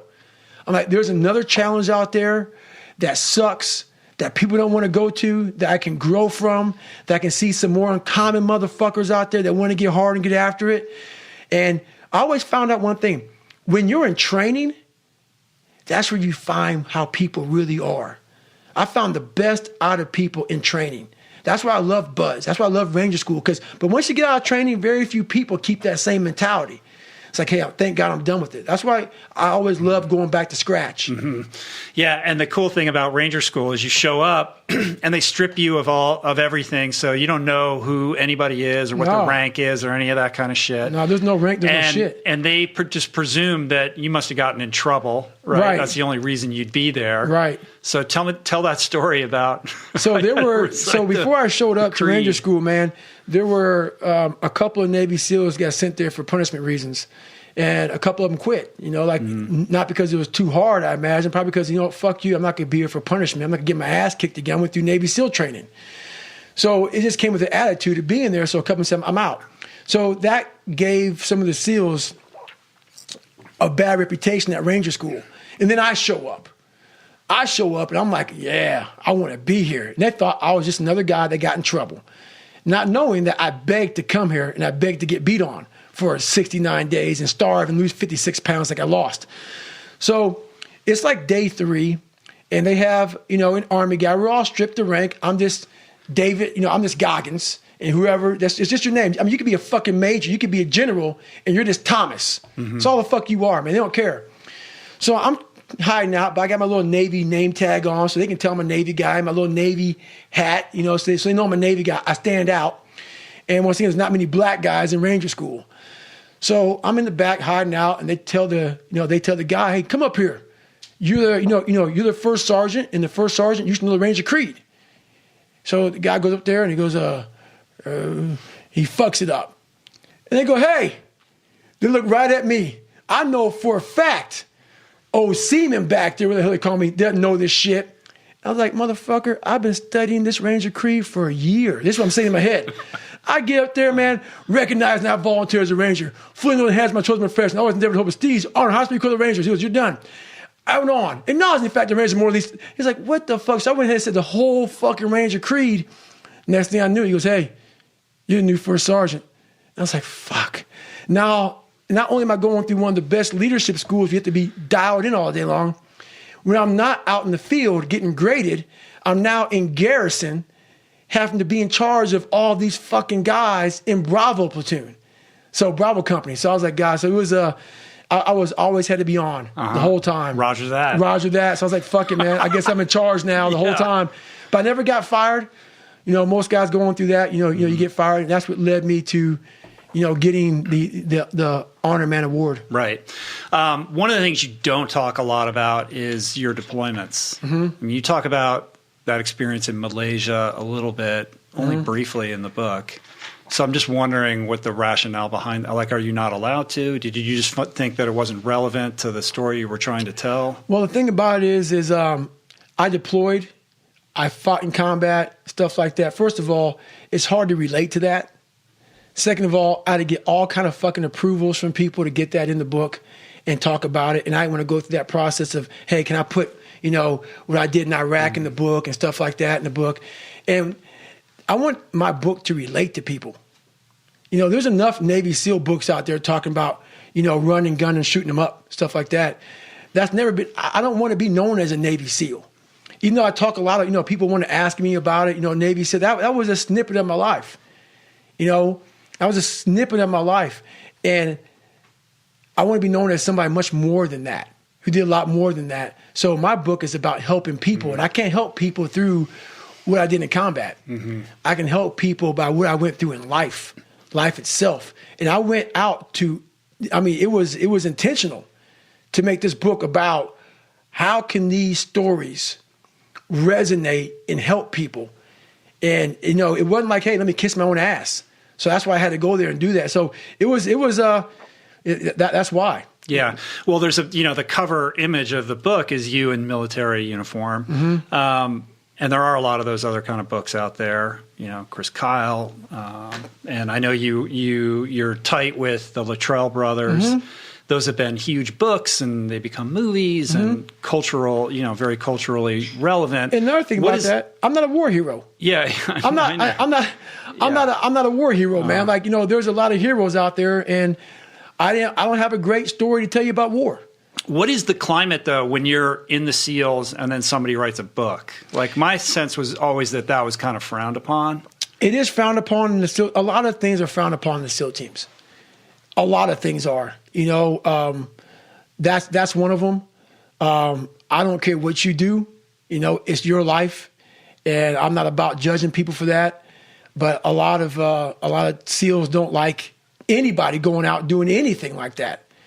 And I don't know if it's a lot of jealousy or whatever. I don't care, but it is frowned upon for some people to do that. But I guarantee you, some of those guys, if they did some cool shit, a lot of us don't do cool shit. Yeah. A lot of us see combat, not a lot of cool shit. So but the book really isn't about. It's not some vainglorious thing where you're in battle and you're telling crazy war stories. No, it's not that at all. It is. I don't have many war stories to tell. So the reader is the hero, and another one of the themes that I want to kind of explore with you is this idea of being the only, right? Which is like a recurring thing in your story, right? So being the only, and I actually talked about with Adam. I came up with the only. There's a lot of onlys out there. I was the only black in a lot of situations. And the only isn't about a color. There's a lot of, there's gays, there's lesbians, there's people who are white people who just feel like they're not wanted in society. That's the only. The only is feeling like you're not accepted in any society that you're in. Doesn't matter what color, creed, race, gender, doesn't matter. It's just that you are in this situation where you feel like you're being judged. You might be being judged. You feel awkward. It's an awkward feeling when you walk in a room and you're like, oh my God, like I'm the only. And that comes with a lot of people. And that's where the only really came from, because I didn't want to make it like a black situation. I want this is about people. You are your own hero. You are the hero of this book. So I want it to be, what's a word that can make people feel like this resonates with me? That's only. It's not about, it was about black or about white or about being Jewish or Christian or whatever. So that's where it comes from, man. It's about ownership of a lot of people feel like no one understands what the fuck I'm going through right now. And that's the only. Right. And that seems to be something that you leverage to get stronger. Oh, yes. The only is a very powerful thing for me. And there's a lot of times in my life that I chose the only on purpose. On purpose, just to see how I would come out the other end of it. And in the midst of all of that, how do I say this? For somebody that's listening to this or they're reading your book and they do feel apart from, they feel alone, perhaps they have that victim mentality, right? They're just, the world's against me. I can't catch a break. Every time I try to do this happens. It's some narrative that they're spinning about their life. Right. Like, what's the first step out of that? Well, like I've said a million times before, the most important conversation is the one you have with yourself. You wake up with it, you walk around with it, you go to bed with it. Eventually, you act on it. Sometimes you act on it good, sometimes bad. You got to change the internal dialogue. That person in your head that's talking that shit to you, until you change the internal dialogue in your head, until you callous over the victim's mentality that the world is out to get you because of you are the only, you got to change that shit, man. Yeah, but you don't understand my life, David. Yeah, I do. So that's the thing about it. And that's why I can talk about it. But yeah, I get what you're saying. A lot of folks I get that mentality. I once had that mentality that no one understands what the fuck I'm going through. And if you keep that mentality, you're going to stay in the same exact spot that you're in, that no one understands me. There's millions of people. Why do you think a book that I self-published, is doing so well with a story that's so fucked up? People like, I'll never forget, I went to a publishing house, like, who's going to resonate with this story? No one's going to buy this book. I'm like, are you not in the world? Are you not in society? You're never alone. Everybody's going through shit. So when people get this mentality of like, you don't understand me, you can throw a fucking rock to someone that can understand you if they're willing to break themselves down and stop hiding. Mm-hmm. A lot of people understand you, but you got to stop hiding. And that's why I tell people, a lot of people are going through shit. They just hide better than you did. That's all they did. They're just hiding better. Yeah, it's easy. It's easy even after you've accomplished something to not rest on your laurels or take a breath. Like you're somebody who's constantly moving forward. I am. But I think one thing that gets lost in your story is that you are pretty good about celebrating the victories along the way and celebrating yourself. I talk about it with my fiance every single day. I talked about it with her 2 hours today. I said, we are fucking grinding so hard that we are losing the vantage point of what we have accomplished today. We got podcast, interview, flying, do this, do that. I'm like, stop. It's just me and you in this mom and pop thing that we're doing. Look at where the fuck this book is at right now. It's crazy. Look how many people we're touching. Shut up and just fucking think for a second. Let's stop.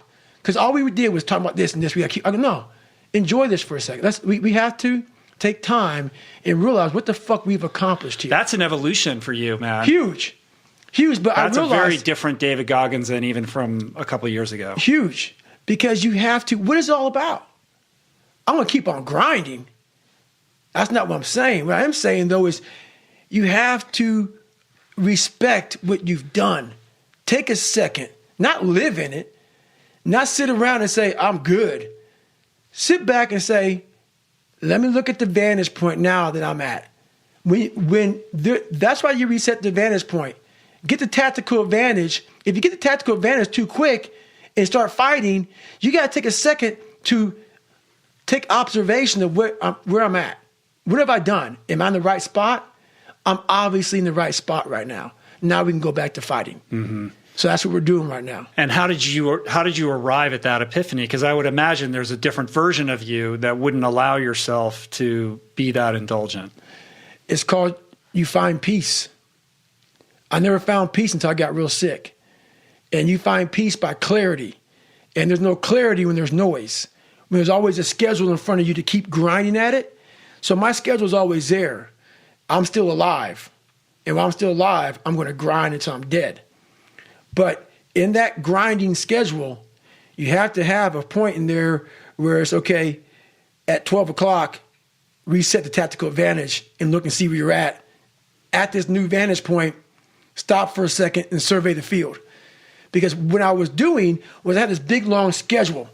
And in this schedule, there was no take a second, see what the fuck you've accomplished. Because if I did all that shit in the military, after I got honor man at Ranger School, and I was the top leader amongst 300 people, when I got back to that second platoon, if I had taken a vantage point and said, okay, my God, man, you've really grown as a leader, I would have attacked the situation that second platoon much differently when I was like, oh, you guys don't want to work out this fucking hard?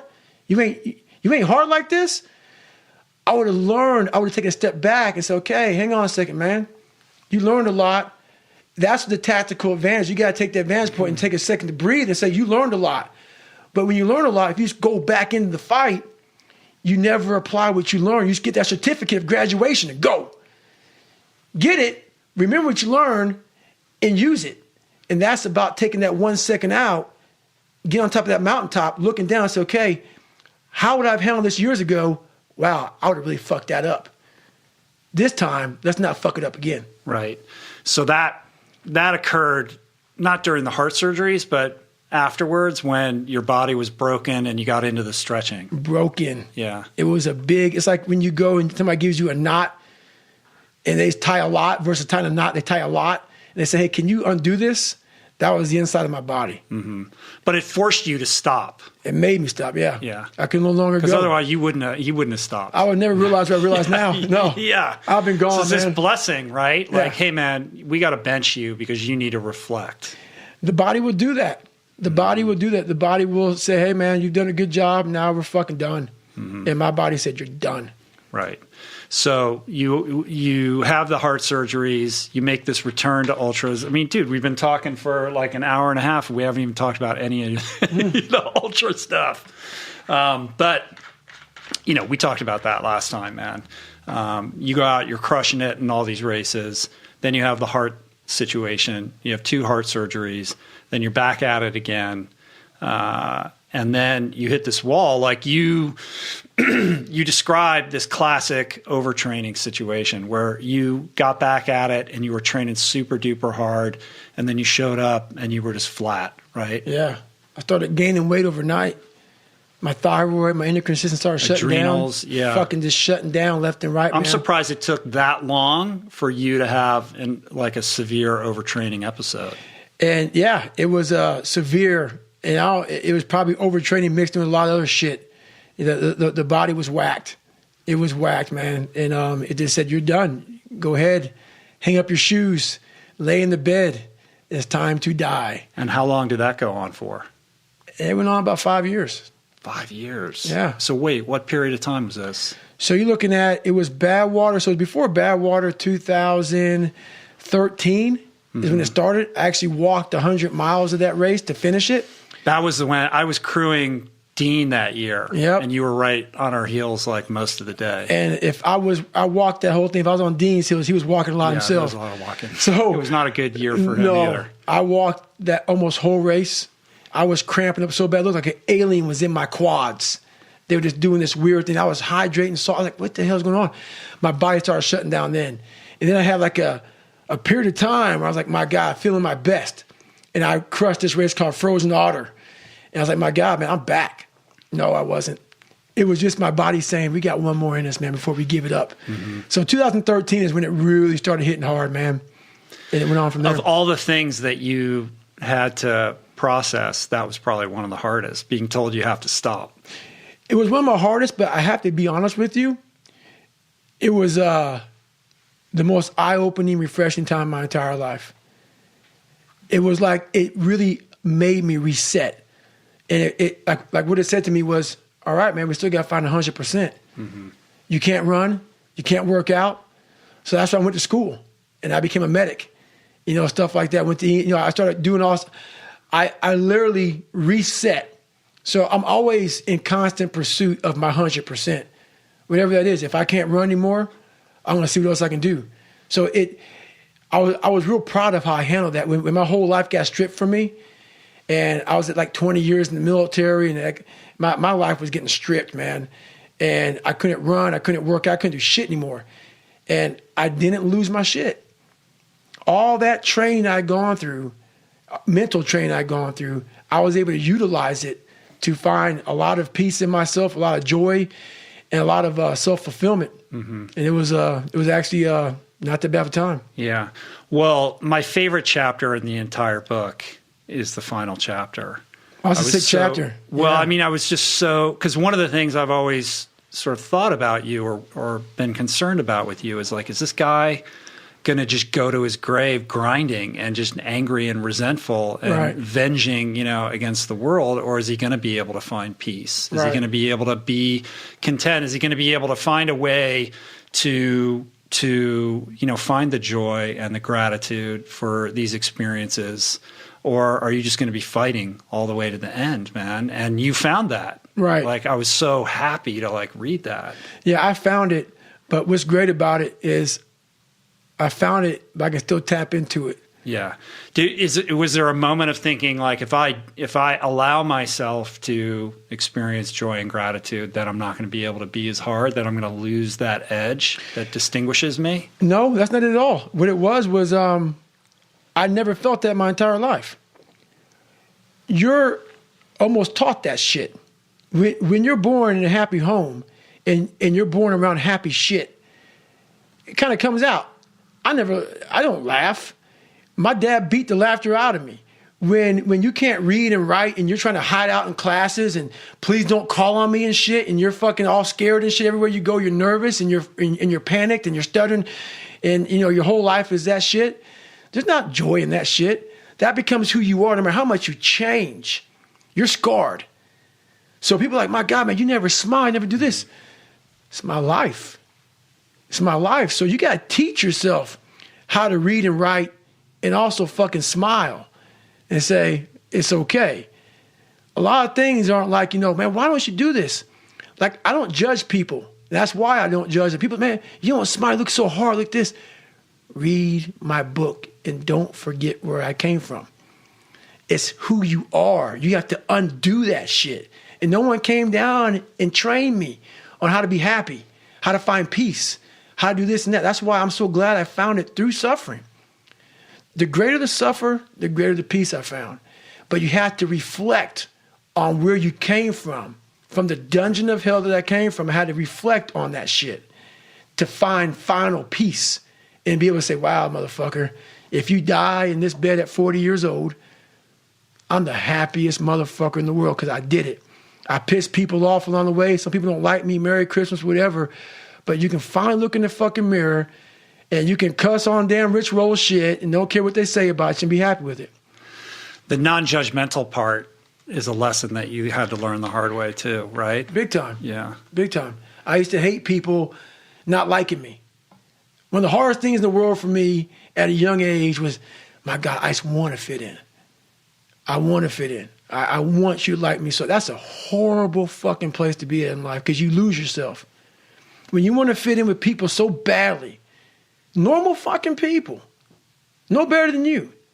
You do whatever you can to fit in. And that's a bad place to be. You lose yourself in trying to create a character that other people will accept. And that's where I found a lot of joy, man. This is God. This is me. I speak in the third person. I'm fucked up. I got some shit going on. I'm still working on myself. Take it or leave it. You don't like me? Take a number and get in line, man. And does that involve like a spiritual perspective? Like, what does that look like for you? I am even though people may not believe it, because I cuss, which is hilarious, I believe in God big time. I've had this voice in my head since I was a young kid. So what trained me was that voice. And I'm not going to go God on you right now, because I don't care if people believe in God or not. That's not my place. I'm not here to judge you. You have your own life and your own things to deal with.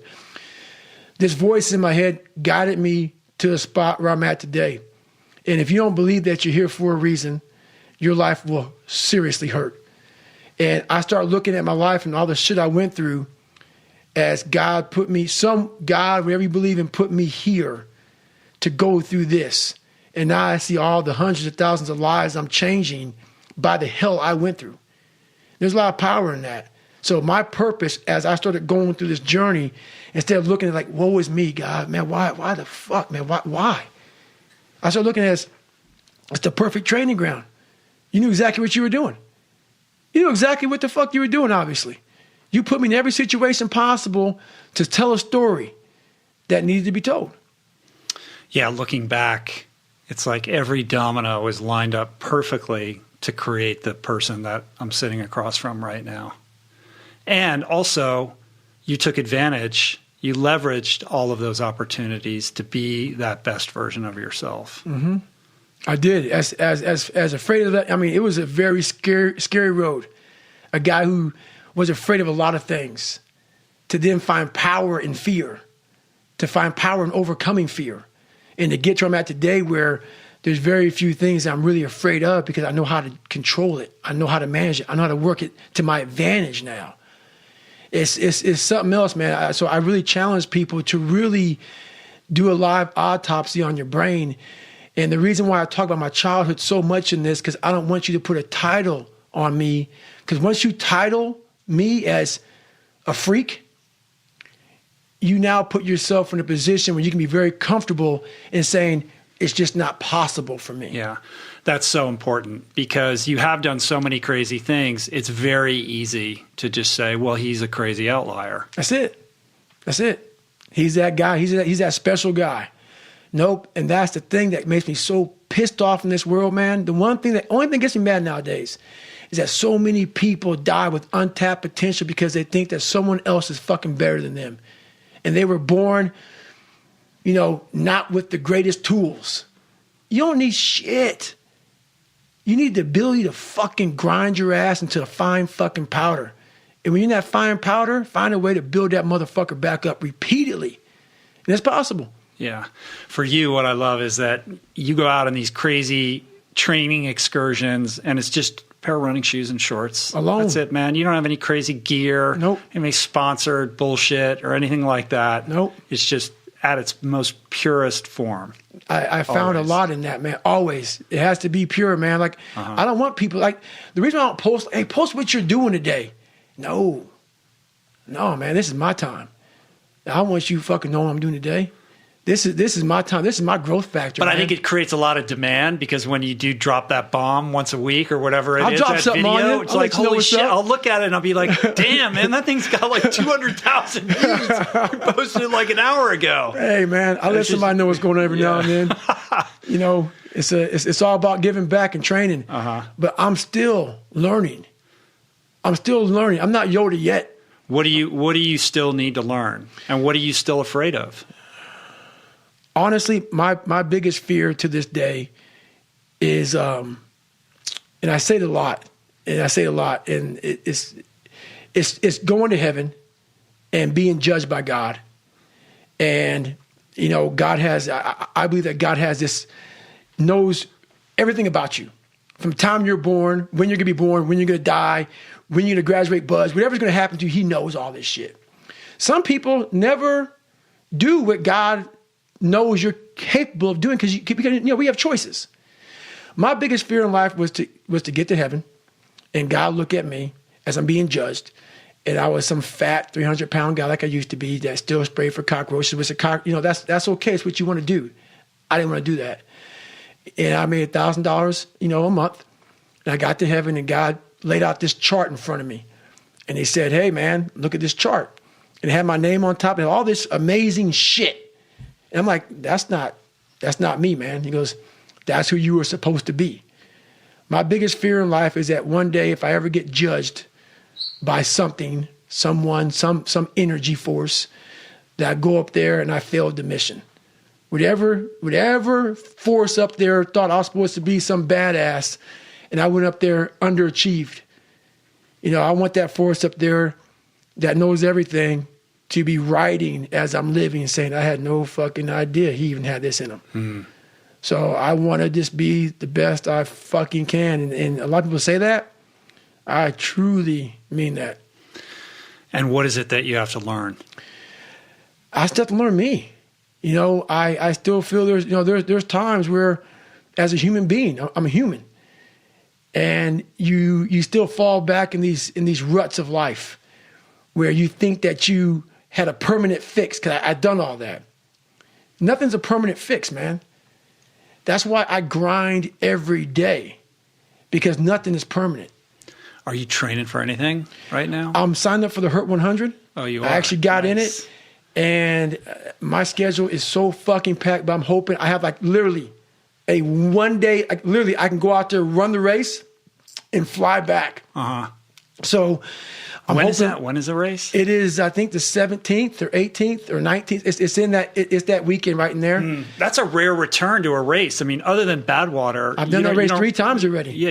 You've done Hurt 3 times? 3 times. Oh, you have. Okay. Yeah, I've done 3 times, and I haven't done a 100-mile race since that Badwater 2013. I've done several ultras, But that 100-mile distance, my body just not there. It's there now, but now my schedule's so busy. But it's almost time, man. Right.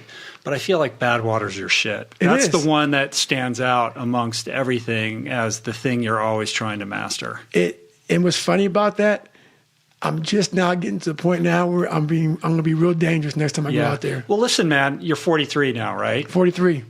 You're prime. I am. You know? This is the prime of my life. This is my prime ultra running life. 43 was my best year. Was it? Yeah. I mean, you're ready to uncoil, man, I think. I believe so. Yeah. I don't want to The biggest challenge for you now is that your life is so big. And that's the thing, man. I used to be this underground. Be a monk. Nah. And the monk is what gave me my strength. I was an underground, so much quiet in my life. I silenced all the noise out. You're that guy in the corner with the hoodie on. That's me, man. Yeah. That's me. That's Dangerous. Dangerous motherfucker. Try to, man. So we can expect another Badwater appearance. Oh, for sure. Yeah. For sure. That this will not end. This will not end without that motherfucker right there. Yeah. Well, I want to pivot a little bit and talk about the takeaways here for the reader. I mean, we talked about the accountability mirror a little bit. We talked about visualization and taking souls. But let's talk a little bit about how journaling has been instrumental in this journey that you've been on. Yeah, so basically, I've been journaling now for several years. And I should have brought my journal with me, man. I mean, I have several of them. I have these little green military notebooks that I've kept. I actually put a couple in the book there, a couple of write-outs. But I write down my day. And what I do is I go back and study that day. Like sometimes I might get sick. I might be overtrained. I might gain a couple pounds here. I might feel whatever. It's like my accountability journal of what I'm doing with my life, physical, mental. I had an eating journal, all this shit.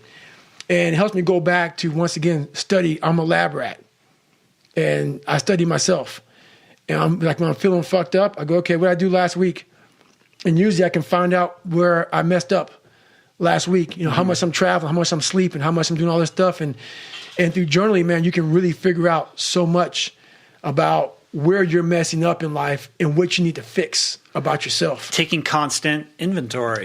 Being honest about that. And that's the thing about it. You cannot put bullshit in there. Yeah. It's got to be a real journal about, hey, today I messed up here. Today I should have been a better person here. And not just saying it, but actually trying to fix it tomorrow. Do you extend that accountability to including, like, bringing in like a close circle of friends and mentors so they know what's going on? Or are you just accountable to yourself? Like, if somebody's looking at this and saying, well, I could do that, but how do you feel about letting others in on your goals and having like external pressure to hold you accountable? No, there's no external pressure. That's well, you don't need it. No, you know what I mean. But I think other people. Oh yeah, it's important to have circles. It's important to have like I talk about, man, like that big rabbit hole of bad people that you want to get away from. Like if you're a drunk and you want to stop drinking, you gotta get away from those people. You want to build this nucleus around you of people who are saying it's not okay to sleep in today. We gotta get after it. Hey, let me see your journal. You're supposed to be running 5 miles today. You only ran 3. You got to have those people. Some people need those people. And it's important. But you want to get to the point in your life, it's real important that you hold yourself accountable and those people start to fade away because you now got it. You want to be that person because they're not always going to be there to hold your hand. Talk to me about the cookie jar. One of the most powerful weapons I have, man, is a cookie jar. In times of need, even the hardest person forgets how badass they are. So I've been through a lot of shit in my life. When you're going through a hard time right now, you forget all the hard shit you endured. So the cookie jar is a reminder that, oh, I can get through this hard time right now, but you got to take a second or two to reach into the mental cookie jar. Let's say it's a fortune cookie. But in my mind, my mom used to buy these cookies, in the cookie jar, and there's an Oreo, Chips Ahoy, whatever. That's where I got the cookie jar from. But you got to open up and say, okay, man, I was in 3 hell weeks, and I got through 2 of them. I was in Ranger School. I endured being called nigger. I saw these beatings. My mom's soon-to-be husband got murdered. I saw all these things. I saw a little kid's head get ran over. All these things I endured alone. I had to remind myself of the strength and the power that I have, that it's in me. It's just a reminder of how badass you are in hard times, because we just forget that bad time consumes our mind, and we forget who we are. Torching complacency. You have to do that every day, man.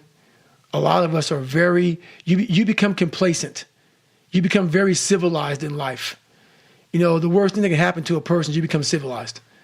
When you get to that point where you believe that you've arrived, my God, man, I'm up there near Michelle Obama on my book.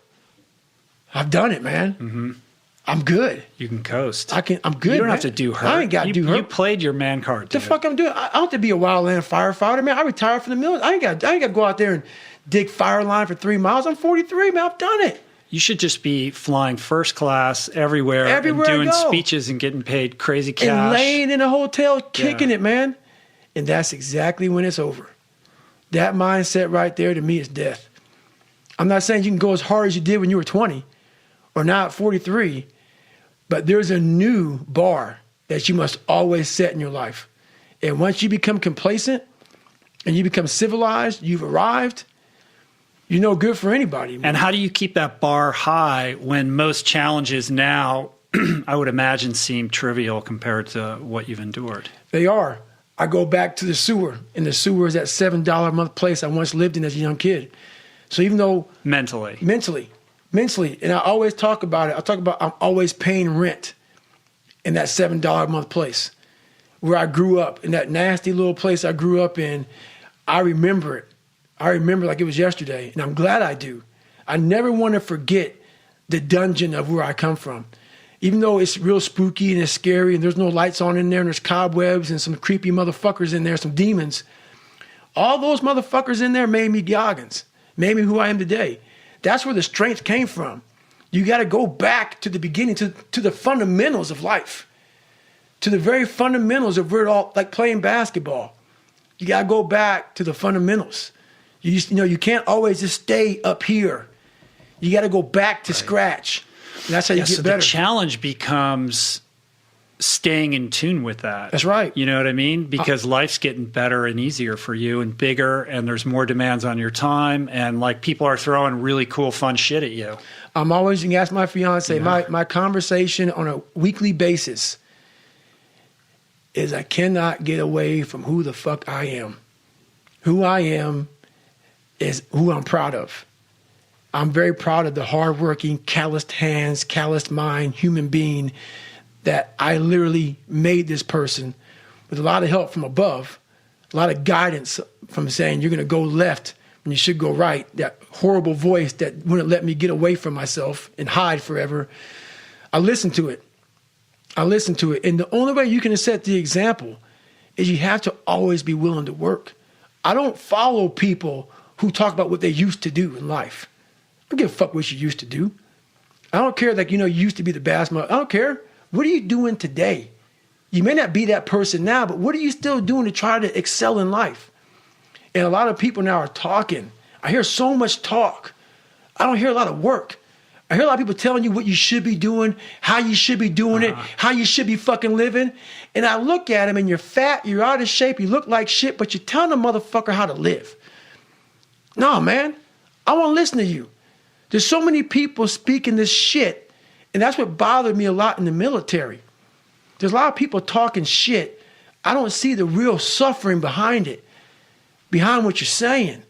That's why everybody said, man, you talk with so much passion because it's a real fucking place. It sucks to get up in the morning time. It was raining like cats and dogs. I want to get my shoes on and go run, but guess what? I got my shit on and ran. Yeah. Got that motherfucker on and ran. The big fear is the vision that's coming into my mind is Jake LaMotta at the end of Raging Bull when he's all fat and he's staring at himself and in his own lack of accountability mirror, right? Like drunk and talking about the good old days. Right. There are no good old days, man. There are no good old days. Yeah. You gotta go back and use it for strength, man, but it's where you're at now. I think the most one of the most powerful takeaways, challenges that you pose in the book is the schedule it in thing, man, because the biggest thing that I hear, and I know you must hear constantly every single day, is like, I don't have time, man. You don't know my life. I got this, I got that, I got this. Yep. It's not going to happen for me. Right. What you don't have is you haven't prioritized your life correctly. We all have time. We all have time. What you've done wrong is that you didn't prioritize yourself. You didn't prioritize that, look, motherfucker, I got to get up and win this war today against myself. I need to look better. I need to feel better. I need to eat better. I need to prioritize time. Or I got to run 100 miles on broken feet. Or you got to do whatever it is. That's it. That's it, man. There's a lot of growth in that shit. So I like this idea of, taking this inventory tool and applying it to how you're spending your time throughout the day. I talk about this a lot. And you went into detail in this challenge about, look, man, if you actually write down how you're spending your time throughout the day over a 7-day period, you're going to, it's crazy because I thought I was being pretty efficient with my time, and I've done this, and it's just amazing how much time is wasted that you're not even consciously aware. It's unreal how much time you waste during the day, and most of it is on these fucking computers, phones, Instagramming back and forth, whatever the fuck you call this shit nowadays, tweeting and texting and shit. We waste so much time on our little gadgets. It's unreal, and we talk about we have no time. If you really you have to take your day and write down this one day. Everything you do, write that down, and you're like, my God, I am wasting so much time on frivolous bullshit. It's not even funny. It will, if it doesn't infuriate you, it should. Because there's so much time. I can't get it in. Look at your schedule. You just wasted 7 hours today on bullshit. And you don't have an hour a day to try to get something in for yourself. I guarantee everybody can find an hour. Then it becomes about willingness. Yeah. Because most people they're not willing to get up that early or to make those sacrifices required. So it's a function of how badly do you want to change your life, and what are you willing to endure to craft that life that you aspire to have, or do you just want to talk about it? Yeah, it's fucking miserable. It is miserable. To get up every day or 5 days a week, whatever. When it's snowing, shiny, not shiny, not comfortable, and to go in the gym and work out when you don't want to go to the gym, it is not fun. Well, and we're in a culture that is driving everybody towards this idea that happiness is purchased through luxury, comfort, and ease. 100%. And the truth could not be, more different from that reality. That if you want to find peace with yourself, self-understanding, self-knowledge, self-esteem, all of these things are going to be found only through sacrifice, getting uncomfortable, reevaluating what your normal is, and putting yourself in situations that you don't want to fucking do. Yes, and we want it very fast. If you don't see results in the first 2 days or the first week, I'm done. That's the mentality of most people. The struggle is too real. We're not patient. We in a world where you can Google the best restaurants around me right now, no one is patient. And for you to lose weight, for you to stop drinking, whatever the hell you're going through, it takes a lot of patience, a lot of time, and a lot of pitfalls, a lot of plateaus. You're going to hit so many fucking plateaus. If you don't know how to get around that plateau, it's not going to happen fast. Mm-hmm. Yeah, everybody wants the hack. Yeah, everybody wants the hack. There is no hack, man. There's no hack. What do you think is the biggest stumbling block that most people face with this kind of journey? Honestly, is they have the woe is me mentality. It's too hard. Life isn't fair. These things in life are not easy for me. You look to your left and you look to your right and you start to judge yourself off other people. Like if you're a female, well, she's skinny and she doesn't work out as hard as I do. And everything starts to corrupt your mind. You start to look around too much at other people and what they're doing, and that starts to corrupt your own dialogue. We are judging ourselves against too many fucking people. You have to judge yourself against yourself. And that's the one thing I started learning, man. This isn't a race against me and Rich Roll. This is a race against David Goggins and David Goggins alone. And once you can silence all that bullshit, all the outside interference and things that are attracting your mind to everything, you can then start to grow and realizing I'm stressed out for no reason. This is my own little race. This is my own timeline, and this is how I'm going to run it. I think that so many people are so disconnected from themselves. They're operating on autopilot. They're reacting to their environment that even when given the opportunity to set a goal for themselves, they generally don't set the right goal. Right. Because they don't know what the fuck they're doing. Because they don't even know who they are fundamentally. That's the big thing, man. And that's why it was important for me to finally realize, stop being all these fake people I used to be. Stop being afraid. There was no growth until I cut myself down to nothing, to the person I really was, the real human being. And once I found out who I really was, that's when I started growing. I was trying to build on top of a lied, fucked up foundation. You can't build a house on a fucked up foundation. So I had to get down to the actual mineral soil of who I was. And that's when you can start real growth. And what is the role that suffering plays in that, or the willingness to suffer? It starts to peel all those layers away, all those artificial layers away. If you're willing to suffer and go back in the grind, that internal dialogue you have with yourself when you're in misery and you're uncomfortable, it's a real, scary, unfiltered, no lying dialogue between you and yourself. And people know exactly what the fuck I'm talking about when you're in a bad spot in life and your mind is saying all kind of shit. That's who you really are. That's the real you. No Rocky Balboa moments going on up there. Yeah. You're like, hey, it's round 14. Let's come on. We got this. No, it's like, fuck this. I'm out of here, man. This is crazy. That's where the growth happens. When you're able to stay in that moment and talk yourself back into the suck of wherever you're going through, and you start stripping those layers away. But as you're stripping those layers away, you're building calluses over top of shit in your mind. That's where the growth starts to happen, is when you have to force yourself to stay in it. You can't leave it. That's why ultras are such a great vehicle for self-exploration. And 100%. That's why you see all of these cultures over the millennia that you talk about in your book who use running as a means of self-exploration and a path to enlightenment, because you can't bullshit yourself. When you're it strips you down to who you are, and you are confronted with the truth of yourself and your reality, and you're forced to wrestle with that in a way where there's no escape hatch. No. Like that first 100-mile race I've talked about several times, where I lost everything. Still the hardest physical thing you've ever done, right? Yes, physically and mentally, because like you just said, I was unprepared for that race. No training. You should just recap it. Like zero training, running 100 miles so that you could impress Chris Kosman. To get in the bad water, pretty much, right? It wasn't about impressing that guy by any means. Well, you needed him to sign off. I needed to sign off on it. And it was like 3 days later, I'm in a 100-mile race, no training at all. And when you do that, it is stupid. But what it does, if you're not going to quit it, like you just talked about, it breaks you down to nothing. You are suffering so badly mentally and physically that all of these demons are coming up. And you're trying to find answers, and you're trying to find answers. It was like living 19 hours. It's like 5 years I put into 19 hours of highs and lows and pitfalls and seeing the sun come up. And it was like, my God, I lived 5 years in 19 hours. It was unbelievable.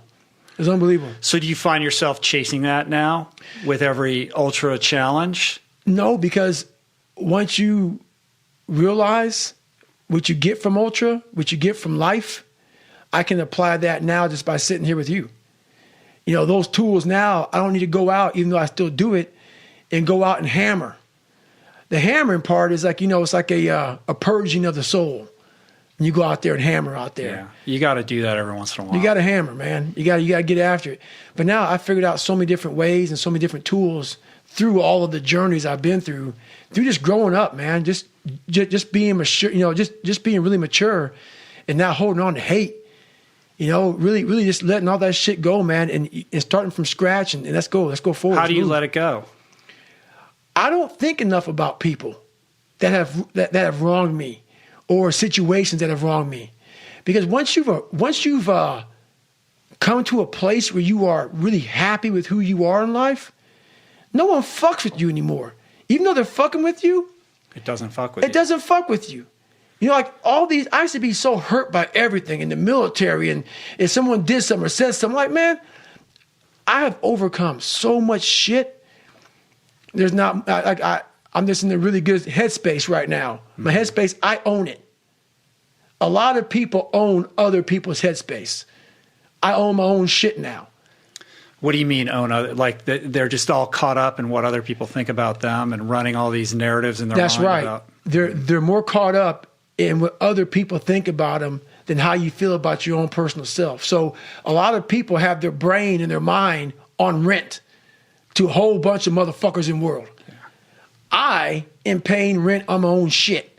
I finally put a down payment on it, and I'm making payments every daggone day on my own fucking brain. So you don't fucking control that shit anymore, man. I got it.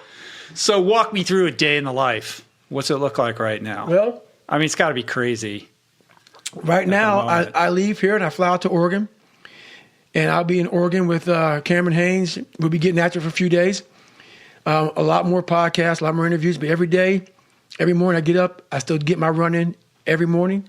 How do you structure the training? The training is basically structured off of my schedule. So look at my schedule, and I say, okay, Jennifer, what do we have today? We have this at 7 o'clock in the morning. Roger that. That means I got to be up by 4 o'clock in the morning to run. That's how it works. That's how all my shit works.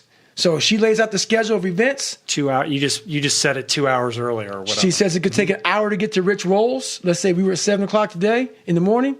Takes an hour to get to Rich Rolls with no traffic. Okay, let's block in an hour 15 for Rich Roll. Okay, we got that. The morning time, I'm gonna run 7 miles this morning. I need 52:30 for that. Roger that. Put in shit, shower, shave. Add that in. So the schedule dictates, but I have all that time. Just push it back, right? So if that means getting up at 1:30, trust me. Roger that. I've done that several times. Yeah, several. How much sleep do you usually get? I like getting 7 to 8 hours of sleep. Nowadays, I can do that. But there's times where the schedule says, hey, man, you're getting 3 hours. And if that's the case, right. Merry Christmas. One of the things I felt that that maybe Joe Rogan didn't quite grasp was why you would go out and become this wildland firefighter at this stage in your life. Right. Yeah. He had a look on his face like, what the fuck? That's once again going back to the roots, going back to who I am, how I became who I am today. And it comes back from hard work. It comes back from having that very minimalistic mindset. And when you're out there, man, and you're 43 and I've accomplished a lot of shit, and you're out there with some 20-year-old kids and you're nobody again, being nobody, there's a lot of power in being nobody. There's a lot of power from going to scratch again and going back out there, picking up a Pulaski and just digging fire line. You're just another guy on the line digging a fire line. And there's no text message. There's no, my God, David, can you sign my book? No, motherfucker. Get your ass out there. It's like being in Army Ranger School again, where all the titles are removed. And that's exactly what it is, man. And I've always lived that lifestyle. I always talk about living day one, week one. Because I started day one, week one of Buds so many fucking times. And when you hear that, your heart just crumbles like, fuck, day one, week one again, man. I could go through all that shit again. Like I said, it became my new norm. And I found so much growth in that day one, week one mentality. But what I did wrong, I tried to put that mentality on a lot of people. And they don't want it. Yeah. What do you think people most misunderstand about your story? I'm not happy. The biggest thing is they say, look at his eyes. Look at his eyes, man. Have you seen his eyes? It looks like he has demons in his eyes. He looks so unhappy. I'm like, there's a lot of projection. And I see some of this shit. I think that the biggest thing is I'm not happy. I'm not fulfilled. All this shit. They're so missing the point, man. What they see in me is a very focused, driven human being who found a buried fucking treasure within himself. Not many people found it. So the journey I'm on is very different than most people, which is why I don't judge people. I'll say that many times. I don't judge people. I'm judged a lot by how I look. my eyes, my not smiling all the time, not laughing, not joking.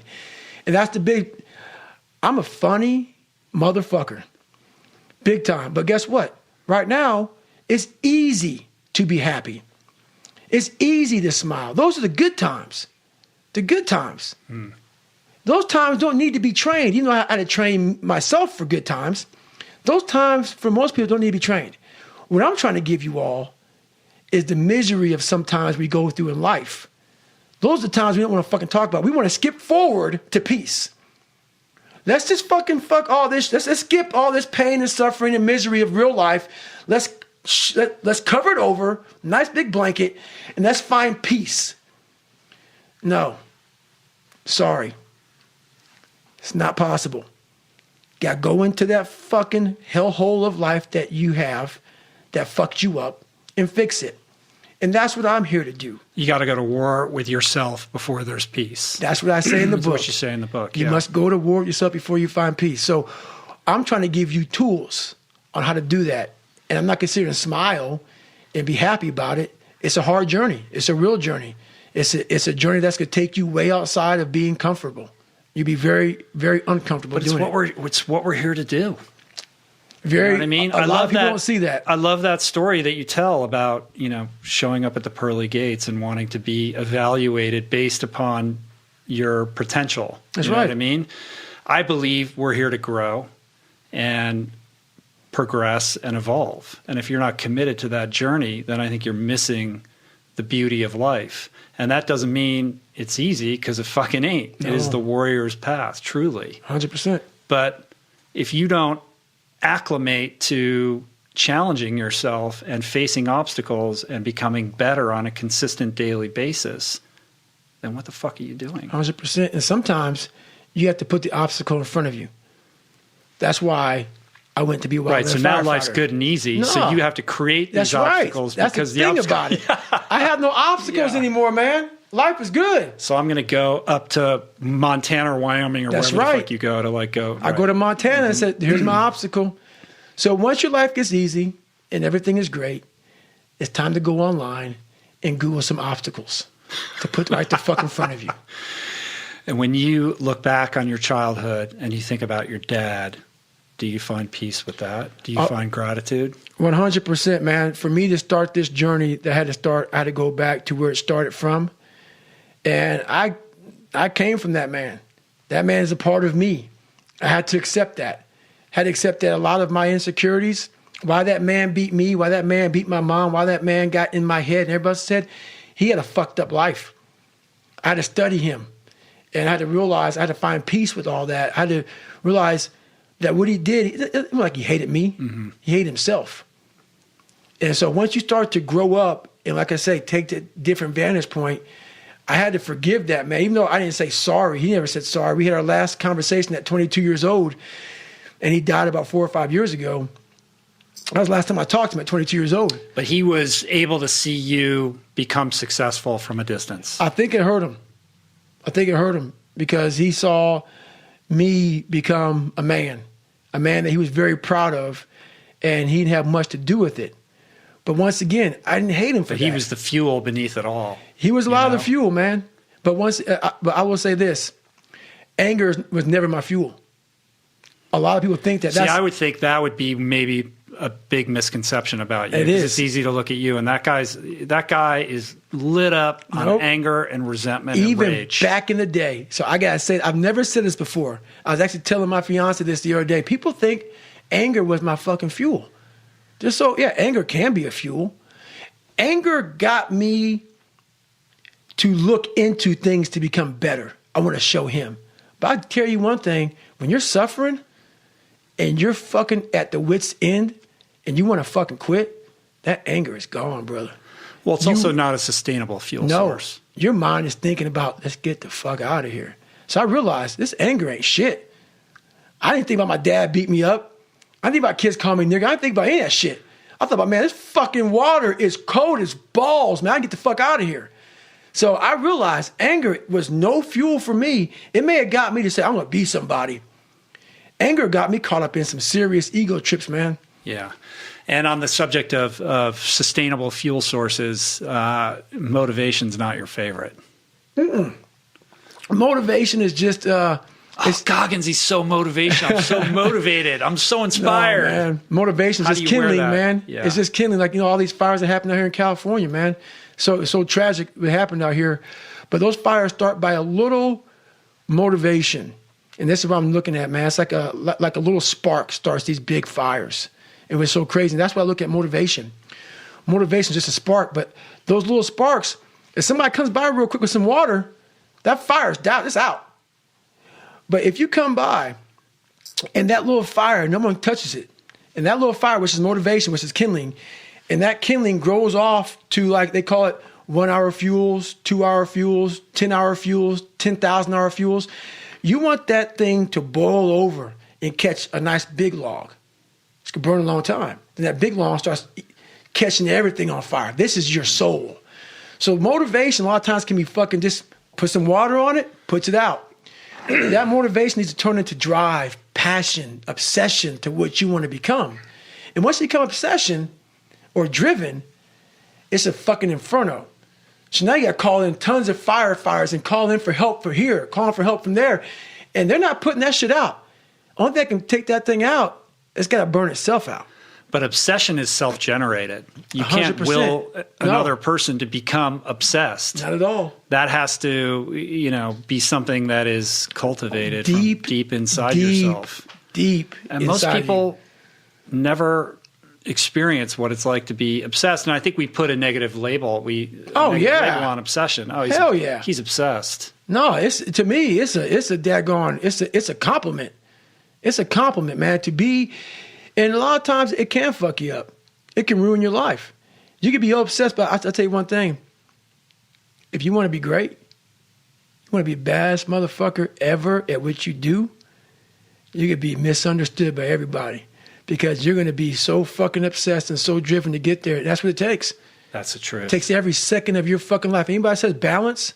Yeah, balance is important for a lot of fucking people. It is. But if you want to fucking go to that edge where people do not like you, don't understand you, question everything you fucking do, you've arrived. When you are misunderstood to the point where fucking people think you're psycho and you're nuts and you're this and that, why are you in the fucking gym at 1 o'clock in the fucking morning? You just got to doing an op for fucking 13, 14 hours after Ranger School, man, at the gym. What's wrong? You will never understand what is wrong with me.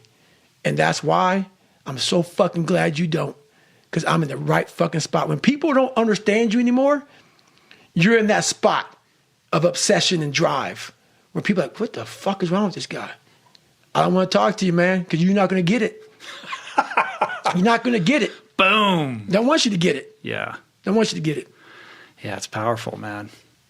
All right, well, we got to land this ship. But I want to leave people with a couple thoughts. This is going to go up on New Year's Day. It's the time of year where everyone's thinking about what they want their 2019 to look like. They should have been thinking about that a long time ago. Right. That's not the way it works for most people. So let's leave people. Let's get them, set on a good trajectory with a couple things to think about and execute on as they lead into January. Roger that, man. It's all about mindset. Yeah. That's it, man. You have to change the dialogue within your head. And one thing I guarantee you, there's some stat out there about January 1. All that kindling that you started, all that motivation, usually burn out by about 10 to 12 days later. So let's see how far you can take that shit. Let's see if you can get a fucking That is inferno a challenge going. from Goggins to you. Usually it's 10 to 12 days, man. People always come to me, man, hey, I want a workout program. I no longer give them anymore because you're going to waste my fucking time. Because I know most people out there, once that fucking one alarm clock goes off, the wrong time of the day, I'm not going to the gym. Right. Or they get the workout program, but then they're like, hey, they hit you up again. What kind of watch do I need to get? That's right. What kind of shoes? That's the questions right. just keep coming. Keep coming, man. Every day goes by without anything going on. Keep coming. Go to the store, buy a pair of shoes, and Merry Christmas. Have fun with that shit. Call me after you lose some fucking weight running your ass in the dirt, and then we'll work on some other shit. Right on. Get your base on. There you go, man. All right, cool. Pleasure and an honor, my friend. Hey, thank you so much for having me on again, Rich. I appreciate you, man. This is amazing. I cannot recommend this book more highly. Can't Hurt Me. Get the audiobook, get the hardcover. It's available wherever you buy books. I'll put a link in the show notes to it as well. This book will fucking change your life. I promise you, man. And I'm no stranger to these kind of narratives. And I thought, like I said at the outset of this, that I knew the story. I did not know the story. And I was profoundly impacted by it. And also just so great that our mutual friend Adam is part of this too. Oh, he's the man. Cool, man. He did a great job of capturing your voice. And I know this was, a long journey with the two of you guys, but it came out on top, man. I went through a lot of ghostwriters. Now, I don't even call him a ghostwriter. That's a wrong word. Ghostwriter is some bullshit. Really on this. That's why the so-called ghostwriter was hand in hand right beside me doing the audiobook. So, he's a lot more than a ghostwriter. He was a guy that captured a very fucked up life, and he captured that shit just right. Together, we captured some good shit. So it's a good read. Yeah. It's a good read. Awesome, man. All right, dude. Until next time. Roger that. Peace. Roger that. Out.